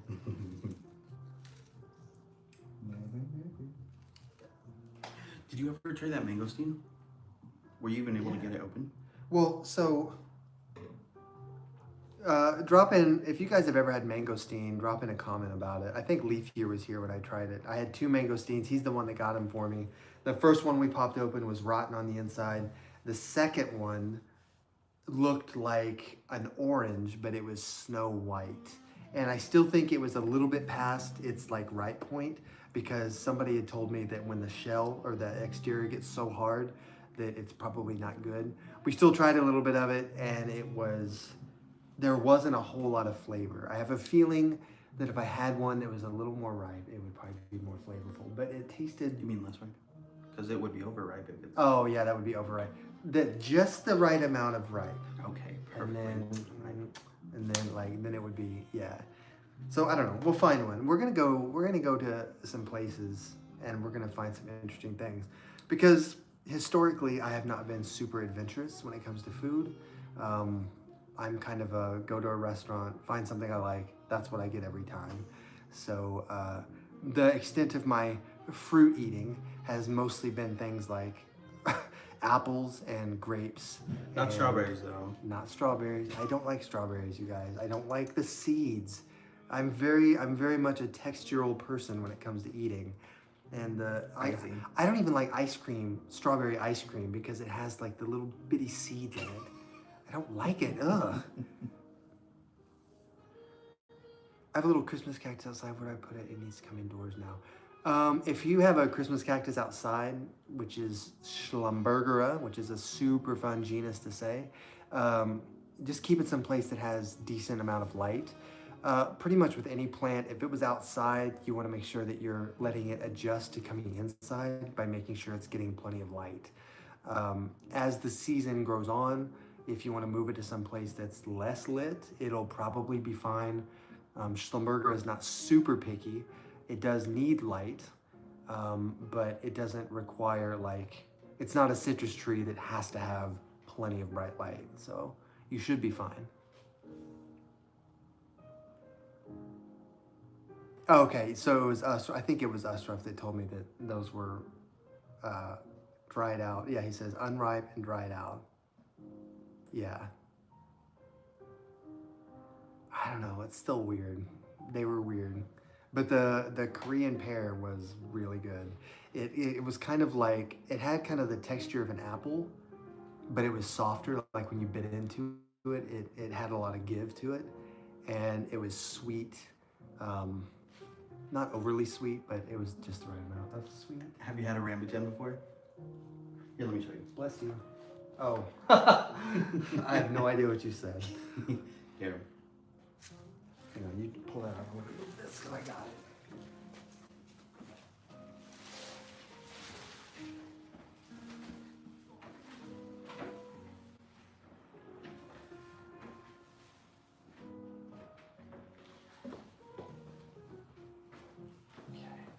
Have you guys had that before?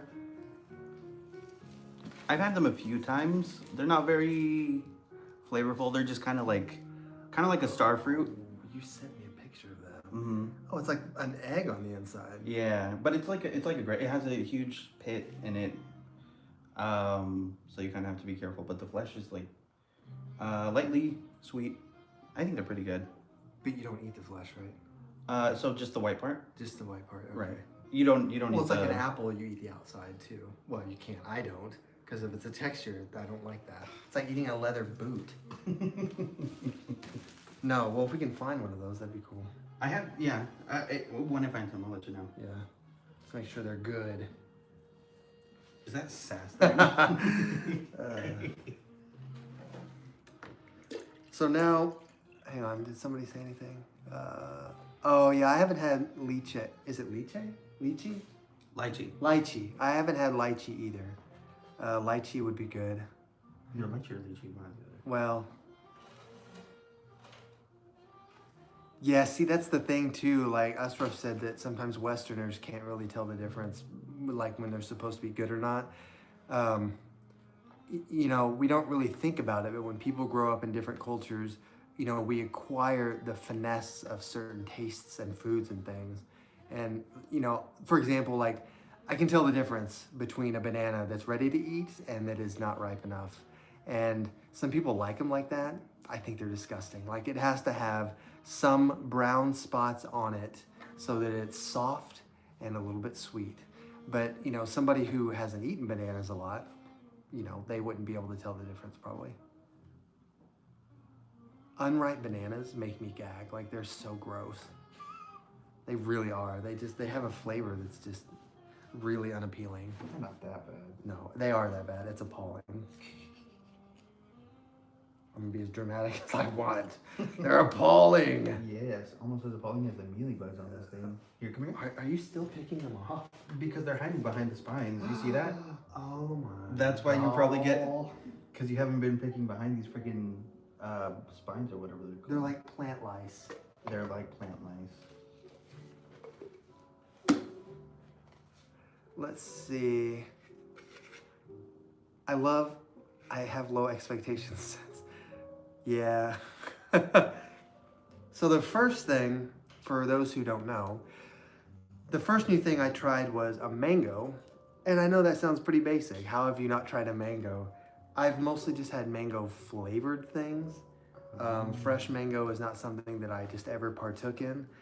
And it was not very good. What? I didn't like it. It was just okay. Well, you also don't like strawberries, so. Well, whatever. The texture was fine. But then somebody had said that like fresh mangoes are probably the best. By the time they get here to the US, they've changed enough that they're not as good. So that's kind of what I'm going with. I would take an orange any day over a mango, but we do have the dandelion tea, which still feels too hot to drink. Smell that. Smells like tea. Smells like weeds. Whatever. You don't seem very excited. It just tastes like tea. Yep, it's pretty plain. I like. Oh, it's got an interesting aftertaste. I like tea that is more. Do you want to try it? I kind of do, actually. I like tea that's more fruity. Like while we're talking about tea, has to do with plants, right? I like tea that's more like fruity flavored. Leafier says, didn't expect me. Yeah. Okay, so see, Tom might be onto something.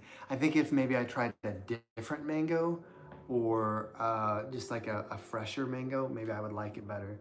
Because I'm not averse to like tropical fruit, but I think whoever was here last time, we were talking about some of our favorites. Pineapple is my absolute favorite.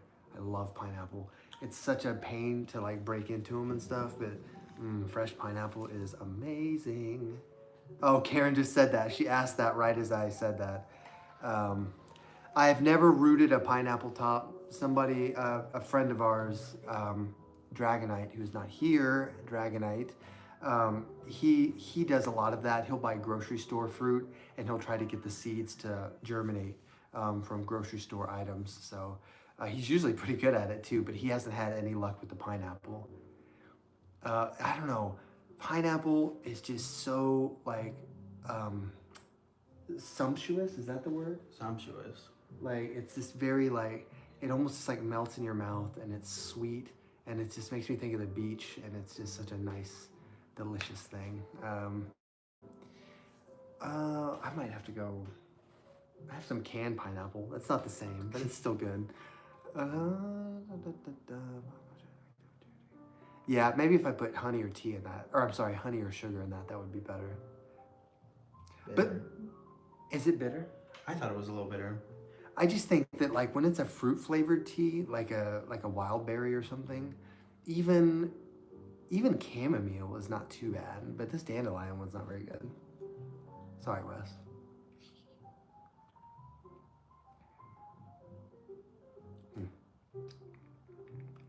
Yeah. Fascinating. Do you get that bitterness? Well, yeah. Like when it got to like the back of my tongue, that's where it kind of had Yeah. that like tannic feel, like coffee or something like that. Yeah. Weird. But at least coffee's like appealing. At least it has caffeine. Yeah, well, that too. The one did I already say what I'm watering? The one I'm watering right now is my Kintia palm, which is the genus Howea or Hawea, however you want to say it. And a very expensive palm. You might see them sometimes, but it's also very pretty. It's very drapey. Like the leaves are very big and they drape. I mean, if you don't know the difference, you might be able to look at a Ravinia and a Hawea and not know the difference. But these are just, I don't know. Once you see them next to each other, you can tell. Like Ravinia leaves tend to be really long, and these are a little just wider. I think they just look a little more elegant, and they're a lot easier to care for than Ravinia that needs so much light. Ugh. Is she in the garage still? No. Oh. I don't think Right, pineapple, caramel soy sauce plus sugar plus chilies. Oh wow, that almost sounds like something almost Mexican. You know? I'll be the judge of that. Yes, you will.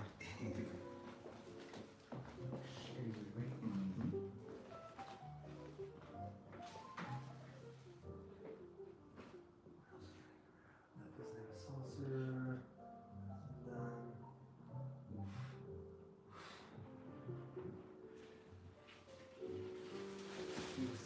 Dry little thing. Oh, is that the one that bloomed? Yeah, this is the one that it still has the flower on it. Cool. It has a new frond coming out. Next one we've got here, this is my Chamaedorea metallica.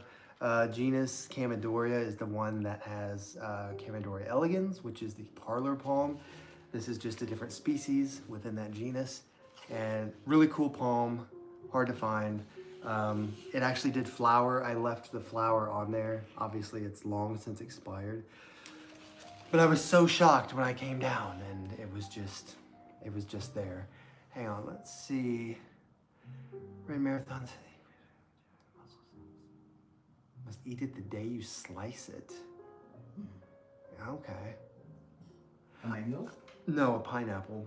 That's true because I feel like even if you store it, I feel like when I store stuff in plastic containers, it makes the flavor different after it's been in there a couple of days. And plus, of course, you know, as the food starts to like break down, you know, the nutritional elements of it change. So interesting.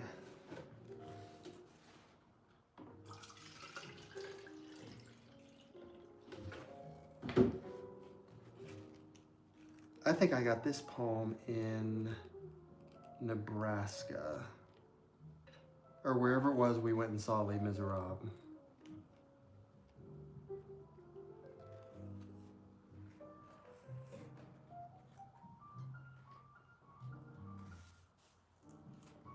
Oh, I just love this thing. It's so pretty. Yes.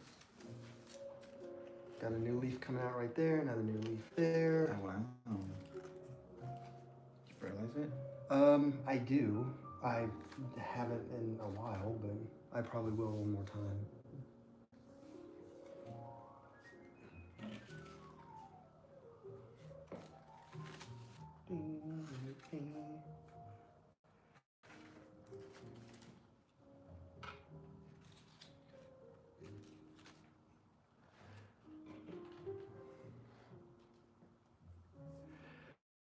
Yeah, that's part of the reason I like it. You don't really see leaves with that shape. They're I can't even really describe it, but like that V shape at the end of the leaf, it's really interesting to me. I mean, they call them Metallica because they're supposed to have kind of a metallic sheen to them. I can kind of see it, but personally,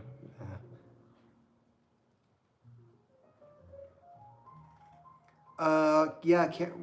Is there a cat? Oh yeah, is that Spice over there?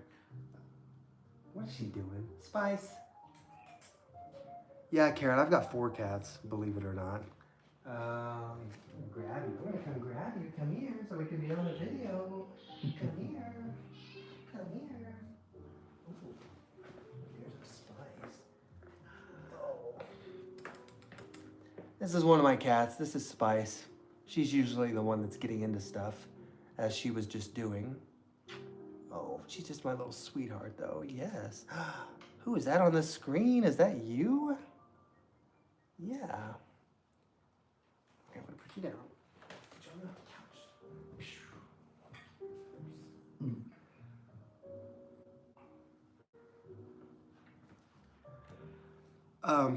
And then as far Leaf Year, you say she's a sweetie, but you don't know her. If the litter box is not spotless, she will literally go pee on my bathroom rug, or if I've left a piece of clothing on the floor, she likes to do that too. So, not cool, but it's okay. We still love her. My cats don't really bother my plants. I have noticed that there are 2 types of plants that they actually do prefer to chew on. One of them is chlorophytum, which is the spider plant, and then the other one is palms. Specifically Chamaedorea elegans, because I have had a parlor palm before. And I don't know, maybe it's the shape of those leaves, because when you think about it, those are all kind of lanceolate type leaves. And she's the one that does it. Like, she's the one that she has a taste for them. Fortunately, chlorophytum and Chamaedorea are non-toxic. They will not harm pets, but they don't tend to bother anything else. I've never caught them chewing on anything that could be dangerous, like an epipremnum or anything like that. So, yeah, I guess I'm lucky that they're not like that.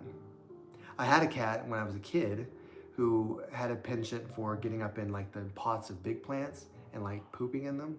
Like he would dig out the dirt and like fling it all over the floor. And my mom solved that problem by putting chicken wire on these pots so that he couldn't do that anymore.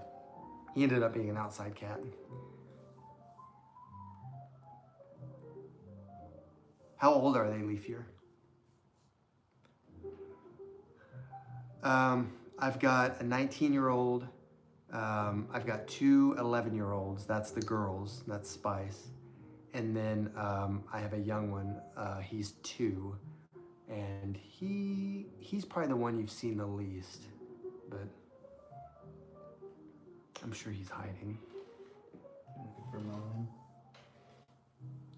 Oh, I didn't know spider plants made them high. Although they do really love catnip. We have a couple of toys that we fill with the dried catnip. Oh my gosh. They just like take it and they're just like rubbing it on their face. And then they just sort of lay there like they're just totally tripped out and don't know what to do. Hi, Spice. Watch, I said she doesn't eat plants. I'd laugh if she started chewing on that ficus. Spice, don't, okay, just lay there. Okay. I was gonna be so mad. I was just, ugh, okay. I've never tried to give them fresh catnip. I need to do that. Pineapple leaves, I wonder if pineapple leaves have the taste of pineapple. Maybe not. Wes wants ice cream. I told him to go get ice cream, but he is not left yet, so. Did this get enough water? No.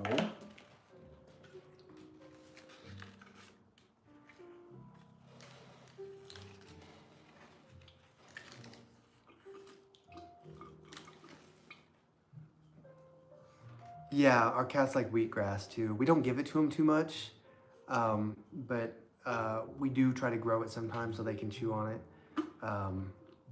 Our oldest cat, sometimes we let him outside, but just on the patio, like they don't roam or anything. And our oldest cat, he won't just sit on the patio. He goes immediately for the grass and starts eating the grass. And the problem is, when they eat enough grass, they just throw up. Like it's supposed to help with, like clear their digestive tract or something. But no, he's not gonna do that and then come throw up on the rug. That's just not happening. Yeah, I need to try fresh catnip. Olives can have a catnip-like effect on skin. Really? Interesting.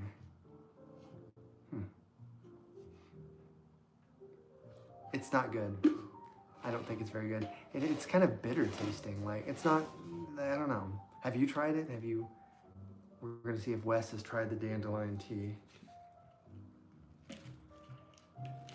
Oh, there, now it's good. So then I would need to do the dark form. I'm not gonna water the ficus. I don't have a saucer for the palm. And then basically just the ones on that shelf, which I'm not gonna bring over one at a time because it's a pain in the butt. Okay. They say it kind of has a coffee taste. He says, okay. Huh.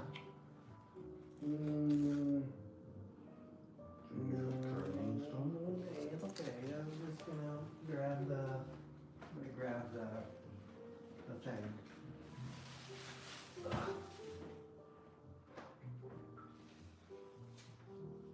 Well, I guess I need to sit on a stool. Oh. You want me to- Oh. Damn.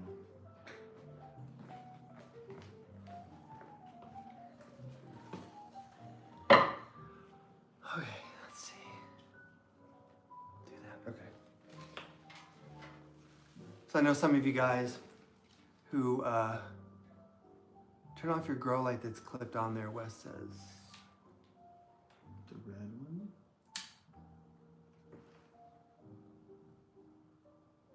It's a little dark. Next time we do this, we need to have like a lamp if I'm gonna be right here.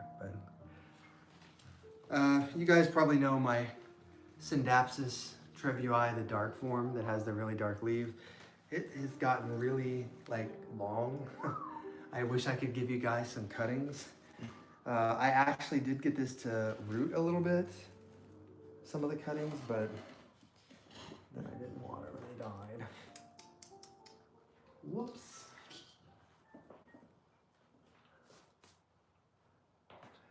Okay.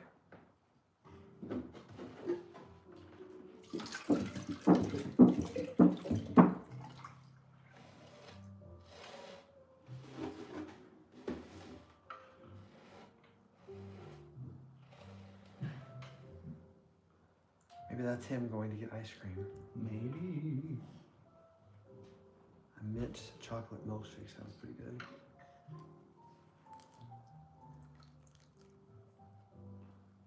Is there anything else that needed to be cleaned up?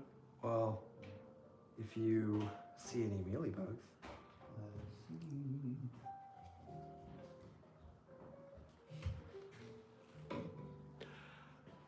Some people eat dandelions like salad. Maybe it's arugula. Arugula's too bitter for me. I've never had arugula. Yeah, if those worked. I've never had arugula, but I've heard the same thing. I've also heard kale is kind of bitter. Also, I've never had that. Kale is pretty bitter. As for we'll probably wrap up here in like 10 or 20 minutes if you wanna. Are you gonna test the light? If you need to go, it's cool. You have a bright light right behind you. Well, I know. Like I wasn't necessarily planning ahead on this.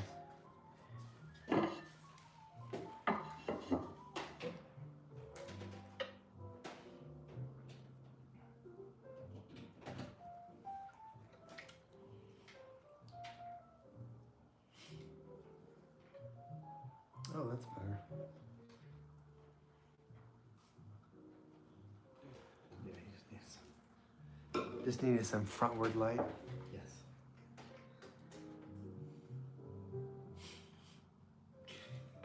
Ew. Mealybug gore. Did I finish watering it? I don't think I did. Oh, there's not even a sauce over. Okay.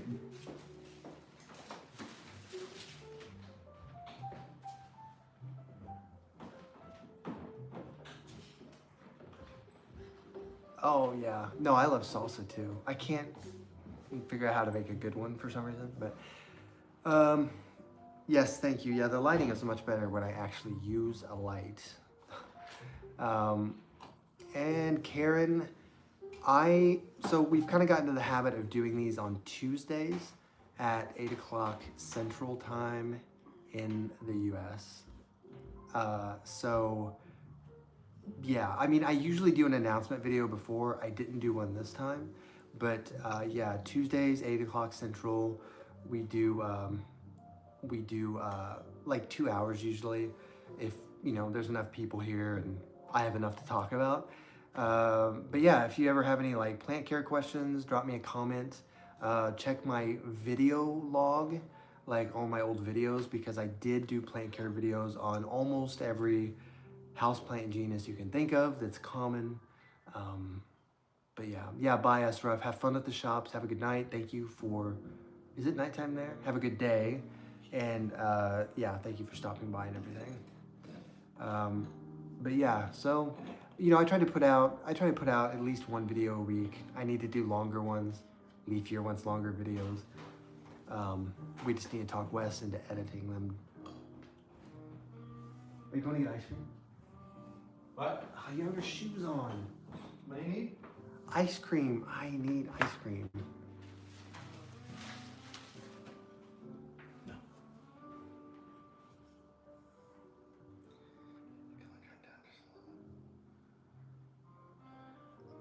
Well, you want it to match that? Mm-hmm. Oh, you didn't like that it was a different color? No, it made you look funny. You're adjusting it now, and like it's almost over. Well, I know, but next time. It wasn't bad earlier when there was light from outside. It was kind of illuminating the room, but when the room went dark. Leafier says she wants longer videos. That's why. Leafier says she wants longer videos. Longer Longer, live streams? yeah, no, like longer videos. Okay. Like longer So we have to make longer videos. do it. You do it.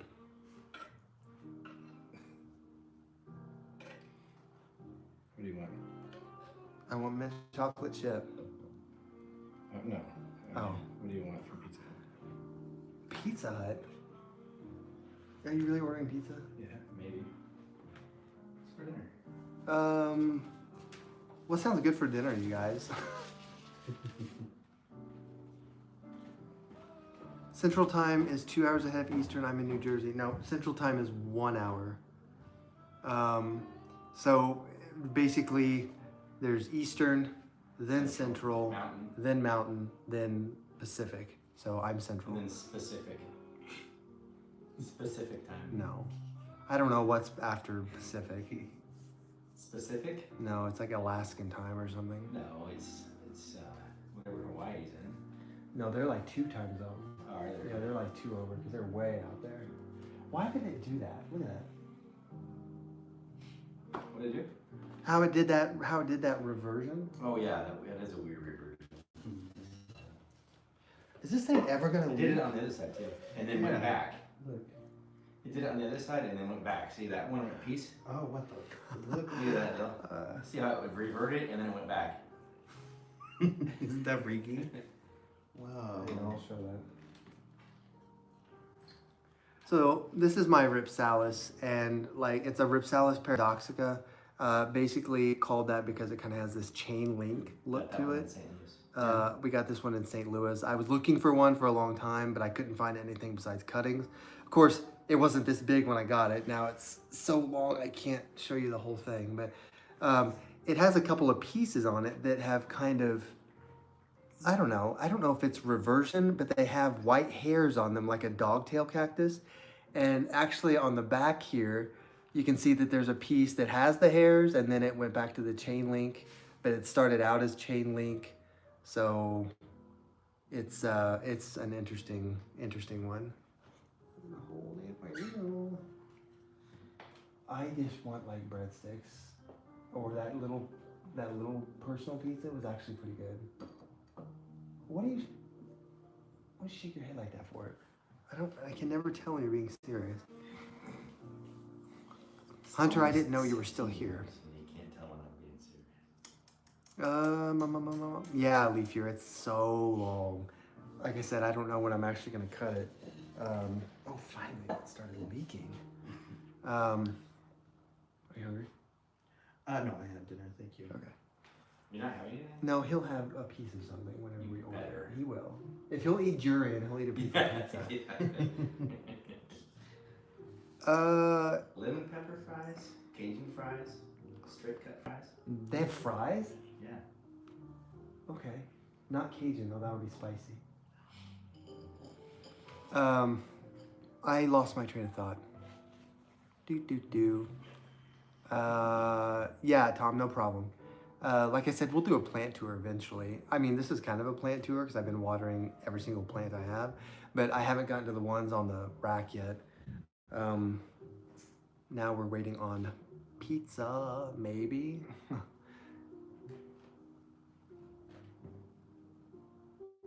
Oh, that is interesting, Karen, huh? I'm not great. I tell you what I'm not great at. I'm not great at picking out like the different European, like Eastern European accents especially. I haven't interacted with enough people from that part of the continent to be able to tell the difference. I can usually pick out like Spanish and French and German and, British and Scottish and Irish. Like I can usually tell the difference, but once we go too far east in Europe, I lose my ability to do that.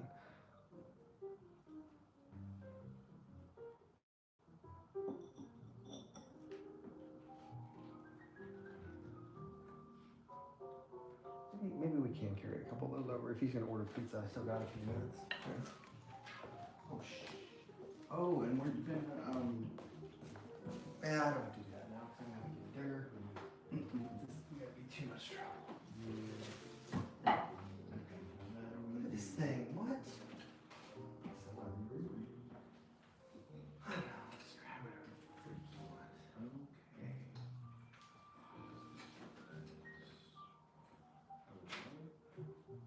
My hands are full. You can grab that fur, though. Maybe the Hoya.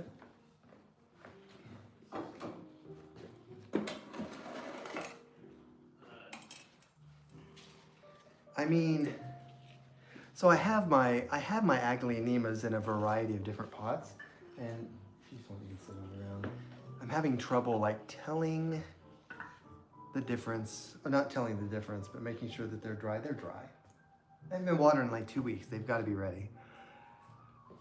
Leafier asked if we were able to identify the two cacti that we were talking about. I'm pretty sure the golf, here, I'll knock it off, guaranteed. So I'm pretty sure this one, somebody said was a tephro cactus, which is actually the same genus that these are in. And you won't be able to see the detail on the camera, but both of them have kind of geometric shapes on them that are hexagons, and that makes me think that maybe they are two different species within the genus Tephrocactus. That's a very uncommon Tephrocactus. I've never seen it before. And then this one, somebody I thought identified this one last time, but I don't remember what it was, because I'm sure it may have been Sylv or somebody that identified it. Or at least smell minty, because Isaiah spent this whole time picking off mealy bugs off of these things and disinfecting them. I don't know. The only time I ever had mealy bugs, they're on my succulents, which is so annoying. And obviously for anybody like Karen who's here that has not seen this planter I've done before, this is a Stetsonia, the tall one. And then the one back here that's kind of reddish is a Notocactus. And then, yeah, the other ones we were working on. I think the round one is Tephrocactus geometricus, which would make sense because it is a very geometric looking plant. Kind of bizarre how things like that happen in nature, but... Oh, maybe it was Tom that said he thought it was an astrophytum.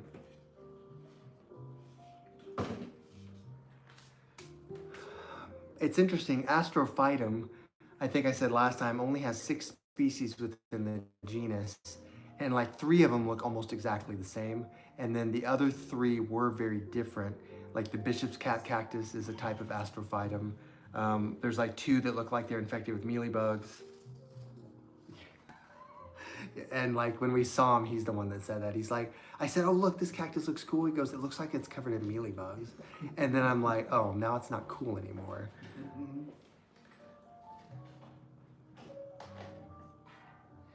Spidey one is maybe paper spine. Yeah. Yeah, the pair, the 2 little ones that are next to each other, I know that's Tephrocactus because when I bought that, it actually had that label on it, that it was Tephrocactus.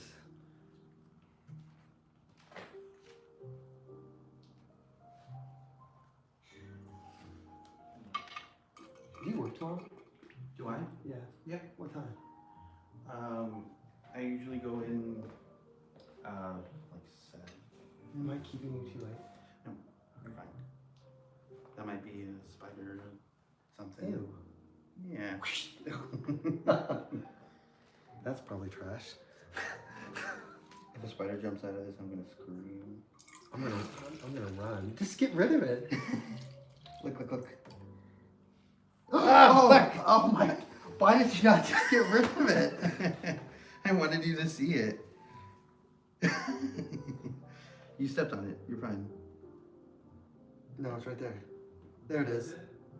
Oh, it's just a little spider. Hold this. That might be a jumping spider, actually. Hang on, guys. We found a spider. He's making his way back up his web. He found a leaf on my ficus that has like a spider sac. Oh, you can see it on the thing crawling up there. There he goes. It's going back home. Oh, he dropped back down. I'm almost certain that's a jumping spider. Gonna put it in your terrarium with your cockroaches? No. Huh. Get up there, buddy. We're trying to get a look at you. Okay. Yeah, I don't know. He looks like just a little baby jumper. I don't know. Oh, Jesus Christ, man. Why did he just drop on me like that? You just got attacked. Well, now it's gone. Get rid of this. Okay.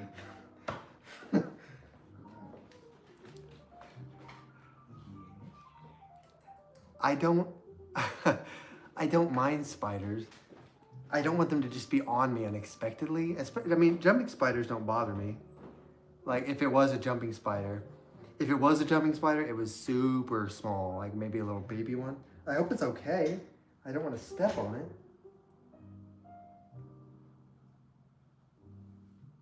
Well, anyway, I flung my hand pretty hard. Maybe it actually like landed on another plant. Welcome back, Asraf. leaf hairs is what they do with. What was I saying? Oh, I think we were talking a couple weeks ago. Like when I find spiders on my plants that are not plants that I've had outside, but plants that have just, over the course of time maybe acquired a spider. Normally I'll leave it because to me that's just pest control, and there are lots of fungus gnats and things. Spiders are smart. They build their webs in places where they know they can catch prey.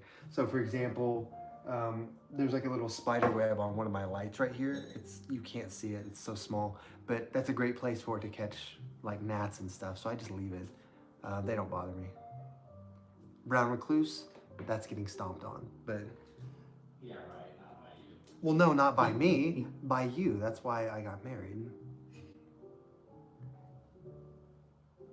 Yeah, see, mealybugs are just so annoying, and it sucks too because if you've ever seen a mealybug, they're kind of cute.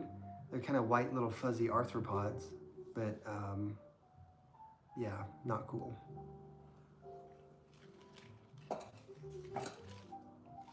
Did I run out of water? No, I dropped my. What did you do with my? Oh.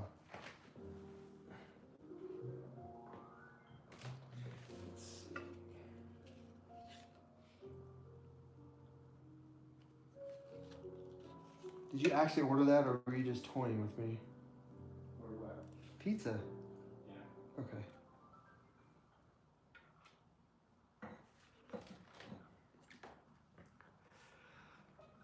Yeah, wolf spiders can be a little scary. They are extremely fast. They're not especially dangerous to people. They're excellent hunters, and they do get quite large, especially if you live kind of in a more rural area. I mean, I've seen them out in the country with their legs. They can be about that big. It's just kind of how it is. I mean, the bite's gonna hurt you, obviously, because especially when they get big, they get bigger fangs, but they're not toxic, or not toxic. What is the word? Venomous? Well, all spiders are technically venomous, but their venomous is not deadly. Like, no, they're not. That's a myth. They're not venomous like brown recluse and black widows are.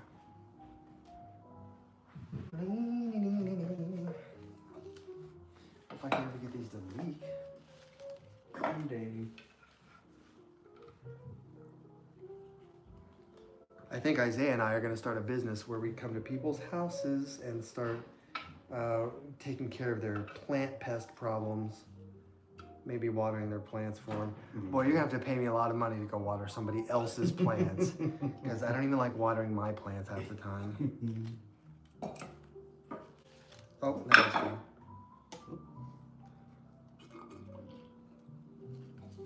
Come on. I lived in Australia for 10 years, never saw a spider. How's that possible? When I hear about Australia, I don't know if anybody from Australia is watching, but I always hear how wild and dangerous it is. I mean, isn't that where like bird-eater tarantulas hail from?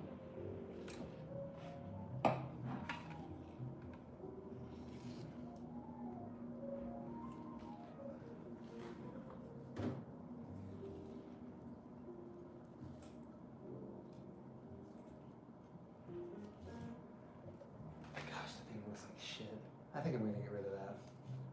Oh, the Peru. Yeah, I'm over it. It's just pissing me off. That's what happens on your one. I know. Shut up.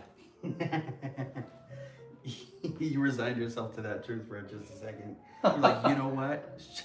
Yeah. Good stuff. Oh yeah, the funnel spiders. I've heard about those. No thanks. That's one of those things. There's like a terminal like point where if something's big enough and scary enough, I'm like, I'm good. I'll just go ahead and leave or move out or whatever I need to do. Would you like to make a delivery back to the plant shelf? Sure. Yeah, I'm just gonna put this here for you.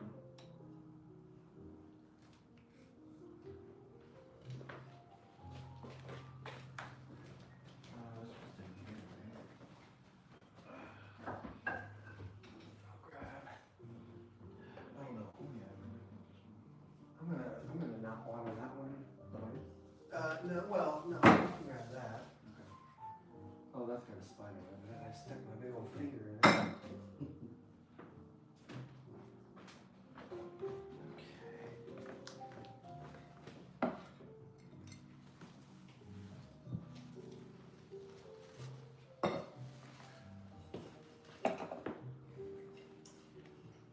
It's on the couch, it's fine. If it'll stay. Give you back the whole worth, yeah. Thank you.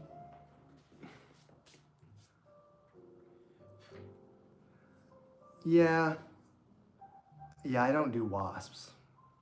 I mean, most of you guys, maybe you guys already know. A lot of people in person know, you know, because I'll post, for example, on my Snapchat, I'll post pictures of me holding bugs and stuff or interacting with animals and frogs. And I'm all about nature for sure, but there are things that cross the line. And yeah. I wonder if that spider's in here. I mean, the web looks pretty fresh. Oh well. Oh, I just kind of destroyed the web. Oh well. Oops. I don't think I go day without the things. There's, yeah, well, I mean, that's crazy because Australia, there's like more than just dangerous spiders. I've heard there's some like crazy big like scorpions and centipedes and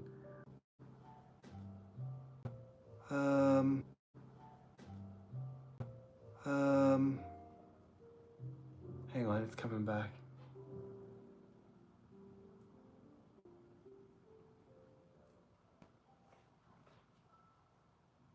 Okay. There was a little hiccup. Let me know that the signal's good and everything. My phone's at 20%, so we're good.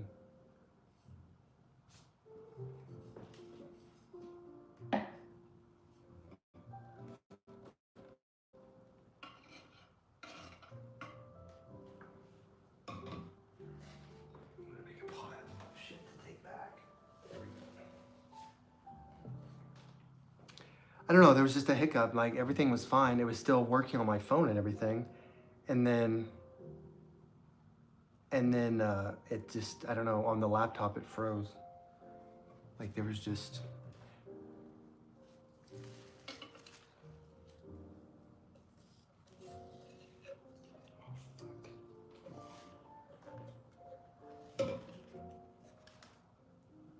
Oh, I've heard about that octopus. Yeah, I've heard that's really dangerous. They're beautiful.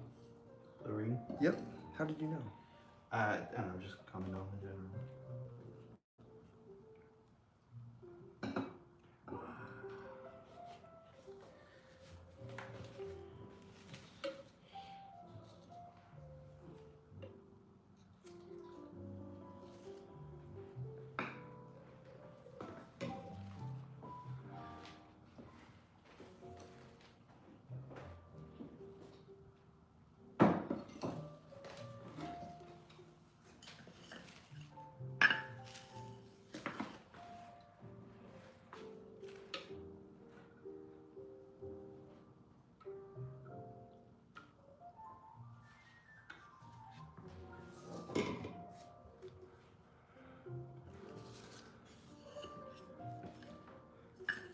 So, this is my lone surviving fern. I've been through a lot of ferns, partially because we were making those plant care videos, and this is the one that has lasted. My Asplenium bird's nest fern. Don't know the species name off the top of my head. If I said, there you go. You're doing such a good job. And it's very hardy for a fern. I don't do any sort of supplemental humidity on it. I do keep it in something other than terracotta, believe it or not. And I try to make sure that the soil never really dries out completely, but I do let it get fairly dry for a fern. And I've had to like trim off some brown edges and stuff, but the thing is still looking pretty good for considering I've had it for, well, gee, Asplenium was in the A's, so that was at least a year, almost 2 years ago that I've had this. I mean, I don't know. Do you guys have luck with ferns? Do you guys have ferns? or are you guys on board with the ferns are too hard to take care of? Because I'm in that club too. Yes, bird's nest fern. Which I'm trying to get watered.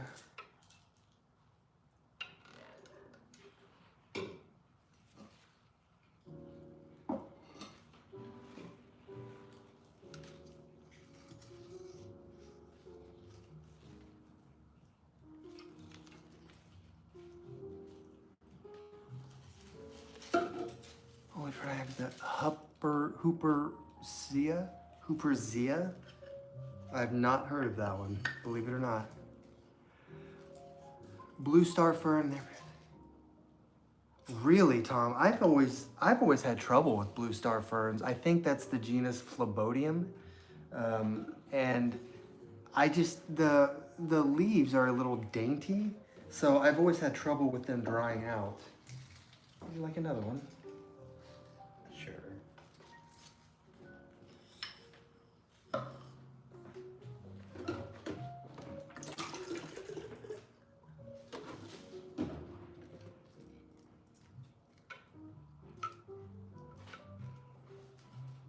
Oh shit! Well, that's gonna be too much water.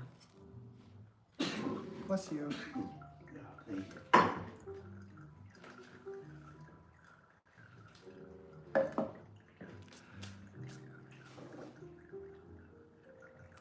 Unless it's a fern adjacent, it's considered a fern in my native language. Oh, yeah, I'd have to. Well, hang on. Let's see. Well, let me find where that was. Huperzia. Huperzia. Oh.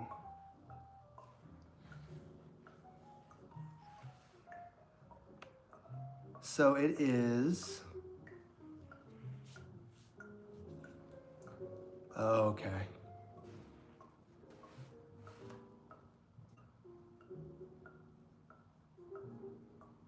Oh, whoops.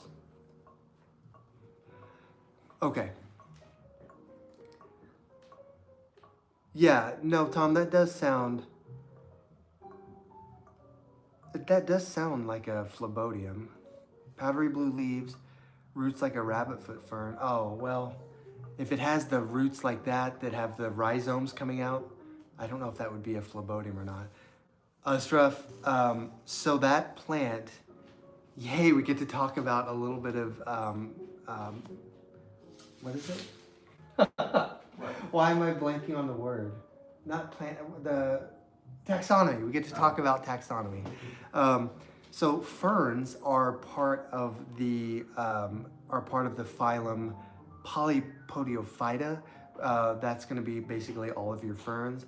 The plant that you're talking about is in Lycopodiophyta, which is kind of like the sister phylum to ferns, and it has things like the whisk ferns, the club mosses, just some kind of really primordial looking plants.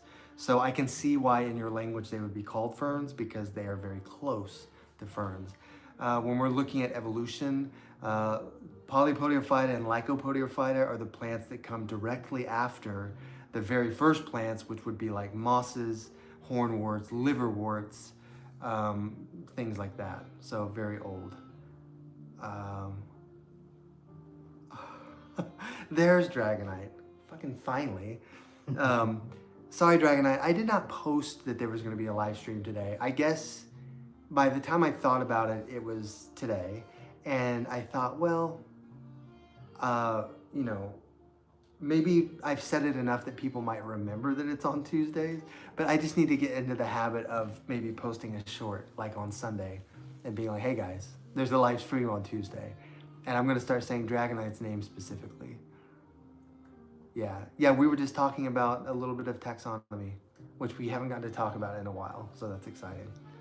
I did not realize that that plant was in Lycopodiophyta.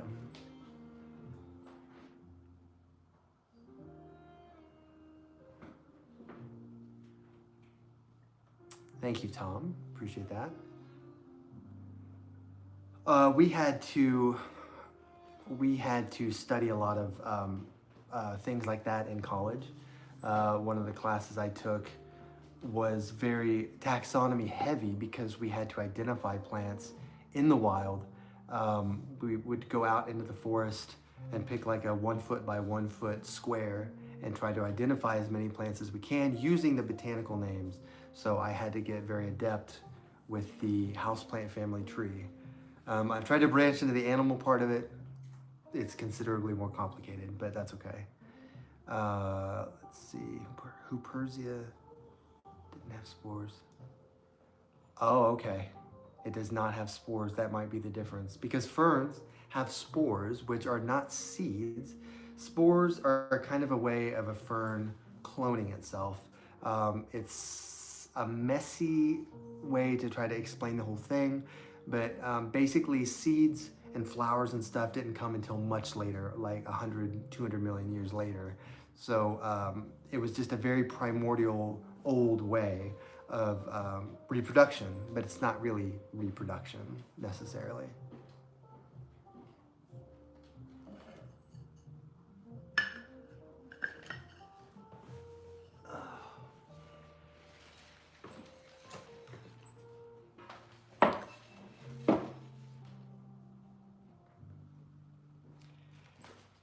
Yeah, somebody said that the rabbit's foot fern, which is Divalia, that's the genus.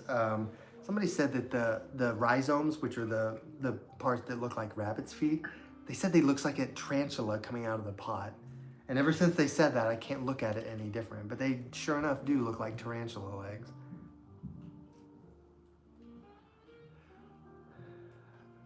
I mean, we do need like some sort of like, maybe we do need some sort of like class. I'd have to put together a curriculum. What do you guys think of that idea? Like when we do these live streams, would you want like 20 minutes of something, like a lesson I can start giving you guys? Botanic class. Yeah, Bane's botanic class.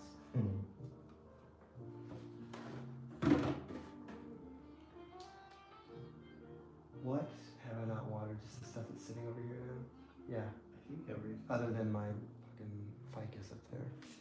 Why does that not look good? Look at it getting like the tips on it and stuff are not looking good. I don't know. Stop that.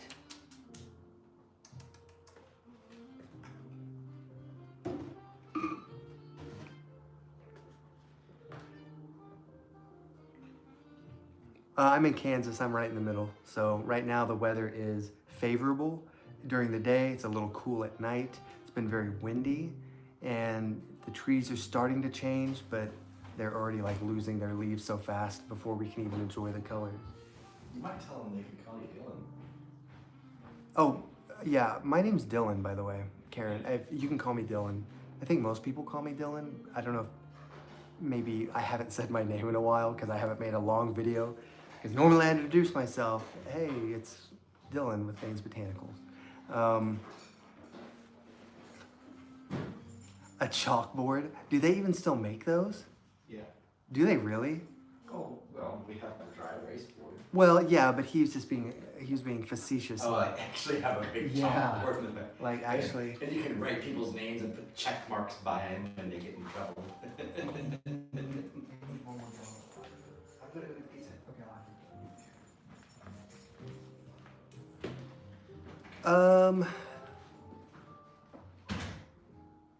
Okay. Okay. I'm still waiting for the video that explains certain plants can propagate by leaves. Oh man, that's a good one too, Ashraf. We do need to talk about that because I don't know. Sometimes the best part about like trying to teach people is getting to learn yourself. You get to learn more. And as I've like worked with like languages and stuff, I've really enjoyed that part of it. What he's asking, in case anybody didn't catch that, was how certain plants can propagate by leaves or stem or need a node. Ooh. Okay, people want to water, please. Oh, yeah. So for example, think about a plant like Saxifraga, which is the strawberry begonia. That's what they call it. I don't know why they call it that. But it's not a begonia. It's not even related to a begonia. That's what they call it. Saxifraga kind of grows out of a rosette. And so you can actually take a leaf off of it and it will start shooting out new roots. Same with some peperomia, I believe. But other plants like epiprimnum, you have to have a node attached to it. And the node is the part where the leaf grows out of. Kind of like... Ooh. Kind of like on this Syndapsis, you see that there's a part where the leaf actually comes out of, and you need that part if you want to propagate it. Otherwise, the leaf just dies. And then there's other plants that, you know, you have to do them by like stem propagation. You know, there's just different things. And then you have things like the mother of millions that it just sort of self-propagates itself. I know almost all plants can only retain for certain types of cells. Yeah, one thing that I can tell you is that in plants, there's this tissue called meristematic tissue. See, if Sylv was here, he could probably explain it. Meristems are kind of where growth happens on a plant. And so, like, I think in certain places, like, meristematic tissue only exists in certain places on plants, and that's going to determine, like, you know, the growth and everything. Technically, you know, plants are totipotent. I'm going to write that in the chat because that's kind of a weird word. I think that's how you spell it. Totipotent just means you can take any part of the plant and with the right like stimulation, with the right hormones and stuff, you can create a whole new plant from the roots, from the stem, from the leaf, anything. But it has to have the proper things to do that. When we propagate at home, you know, it's not a science lab, so we have to do it more like it's in nature. But yeah. That was a lot for one sentence, but there it is. Would starfish be totipotent too? Like you can take take a part of starfish and it grows whole new starfish.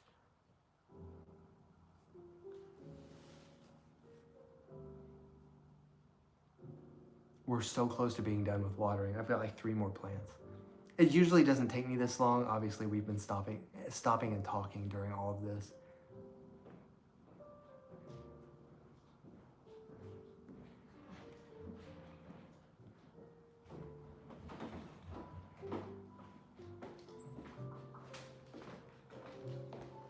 Thank you. Mm-hmm. How many have we used? 5? Is this number 5? Do you need me to fill that other one? No, I shouldn't use another one. If I do, I'm gonna cry. Voy a llorar. Oh, why am I still watering that? That has water in it. Good night. This is so dry.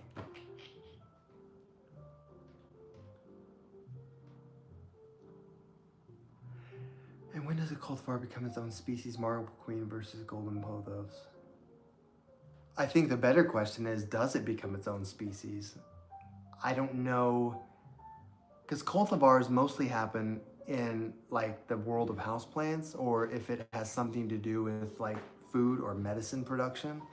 I don't really know, do they ever really become their own species? Maybe they do, if you've got an example, but like, I wouldn't ever think that marble queen would be its own species because it's just a variant of Epiprimnum aureum.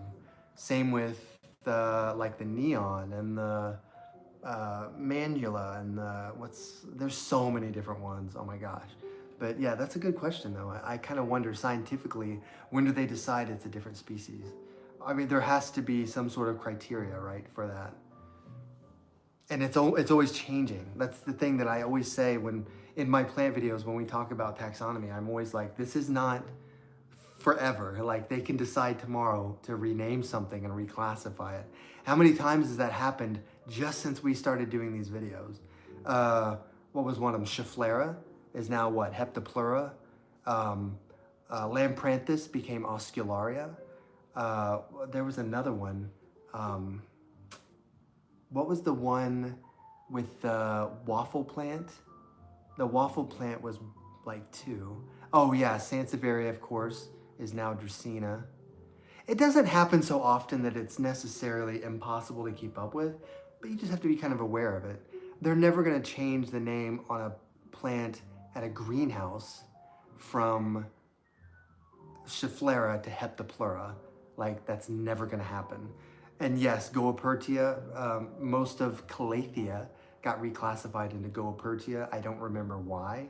But I mean, have you ever seen a plant in a greenhouse called Goapertia? I never have. Maybe from Costa Farms, they might change the name of it, but most of them are just gonna say Calathea. Just like we still see Pothos, even though it's Epiprimnum. But most people know what Epiprimnum is now. Like, I can say Epiprimnum, and they're, oh yeah, the golden pothos. Like, that's pretty common. I still don't call Sansevieria Dracaena. I mean, it is Dracaena, but it's just like a nickname. It's just Sansevieria is a common name, so that's just what we call it. But it's interesting how we do cling to some common names, but other ones we always go scientific. I never call my ficus plants figs. Like, they are fig trees, technically, but I never call them that because that seems weird to me. Like, they're ficuses. Like, yeah, well. Yeah, Pothos is still a genus, which I didn't know until I did the research. I didn't know they were endangered, but there's not very many species of it either. Oh yes, Streptocarpus, that used to be St. Paulia, which is the African violet. That's another one. I can't think of what the waffle plant was called. I think it started with an H. If somebody can remind me, because there were two names for it, and we couldn't even figure out which one was the actual name. Aglaonema used to be, yeah, Chinese evergreen. I still see him called that. I still see Aglaonemas listed as that.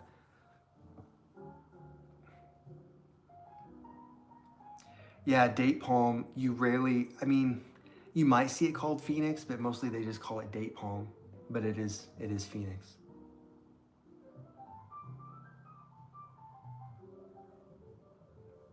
Are orcas really dolphins? I didn't know that.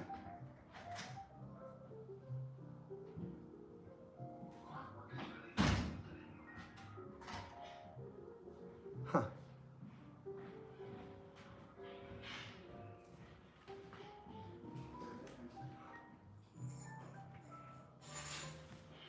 What was the waffle plant? Do you guys remember what I'm talking about? Like, I don't remember. Man, my hair is a joke. I'm gonna go get a haircut tomorrow. Where's my assistant?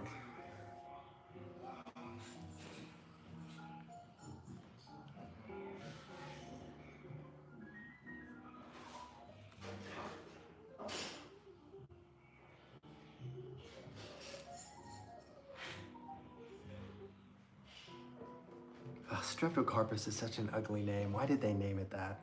Couldn't we come up with something better?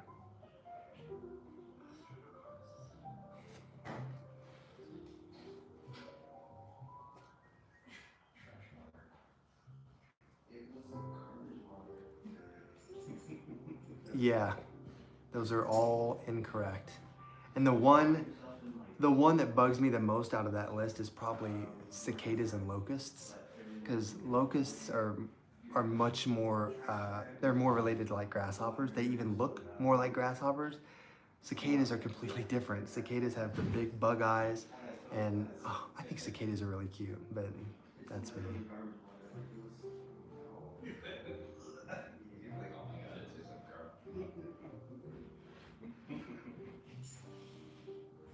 Oh, are we talking about the naming thing?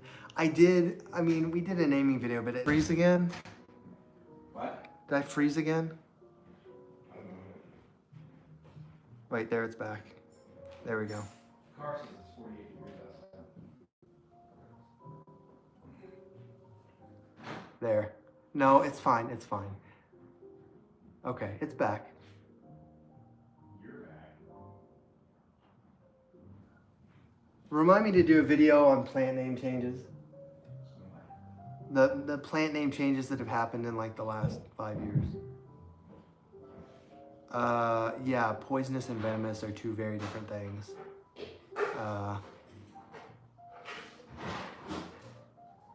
My phone did die last time. On the last live stream we did, I was like in the middle of doing, I don't even know what we were talking about. We were getting ready to leave and then it just it freaking crapped out on me. Like, okay.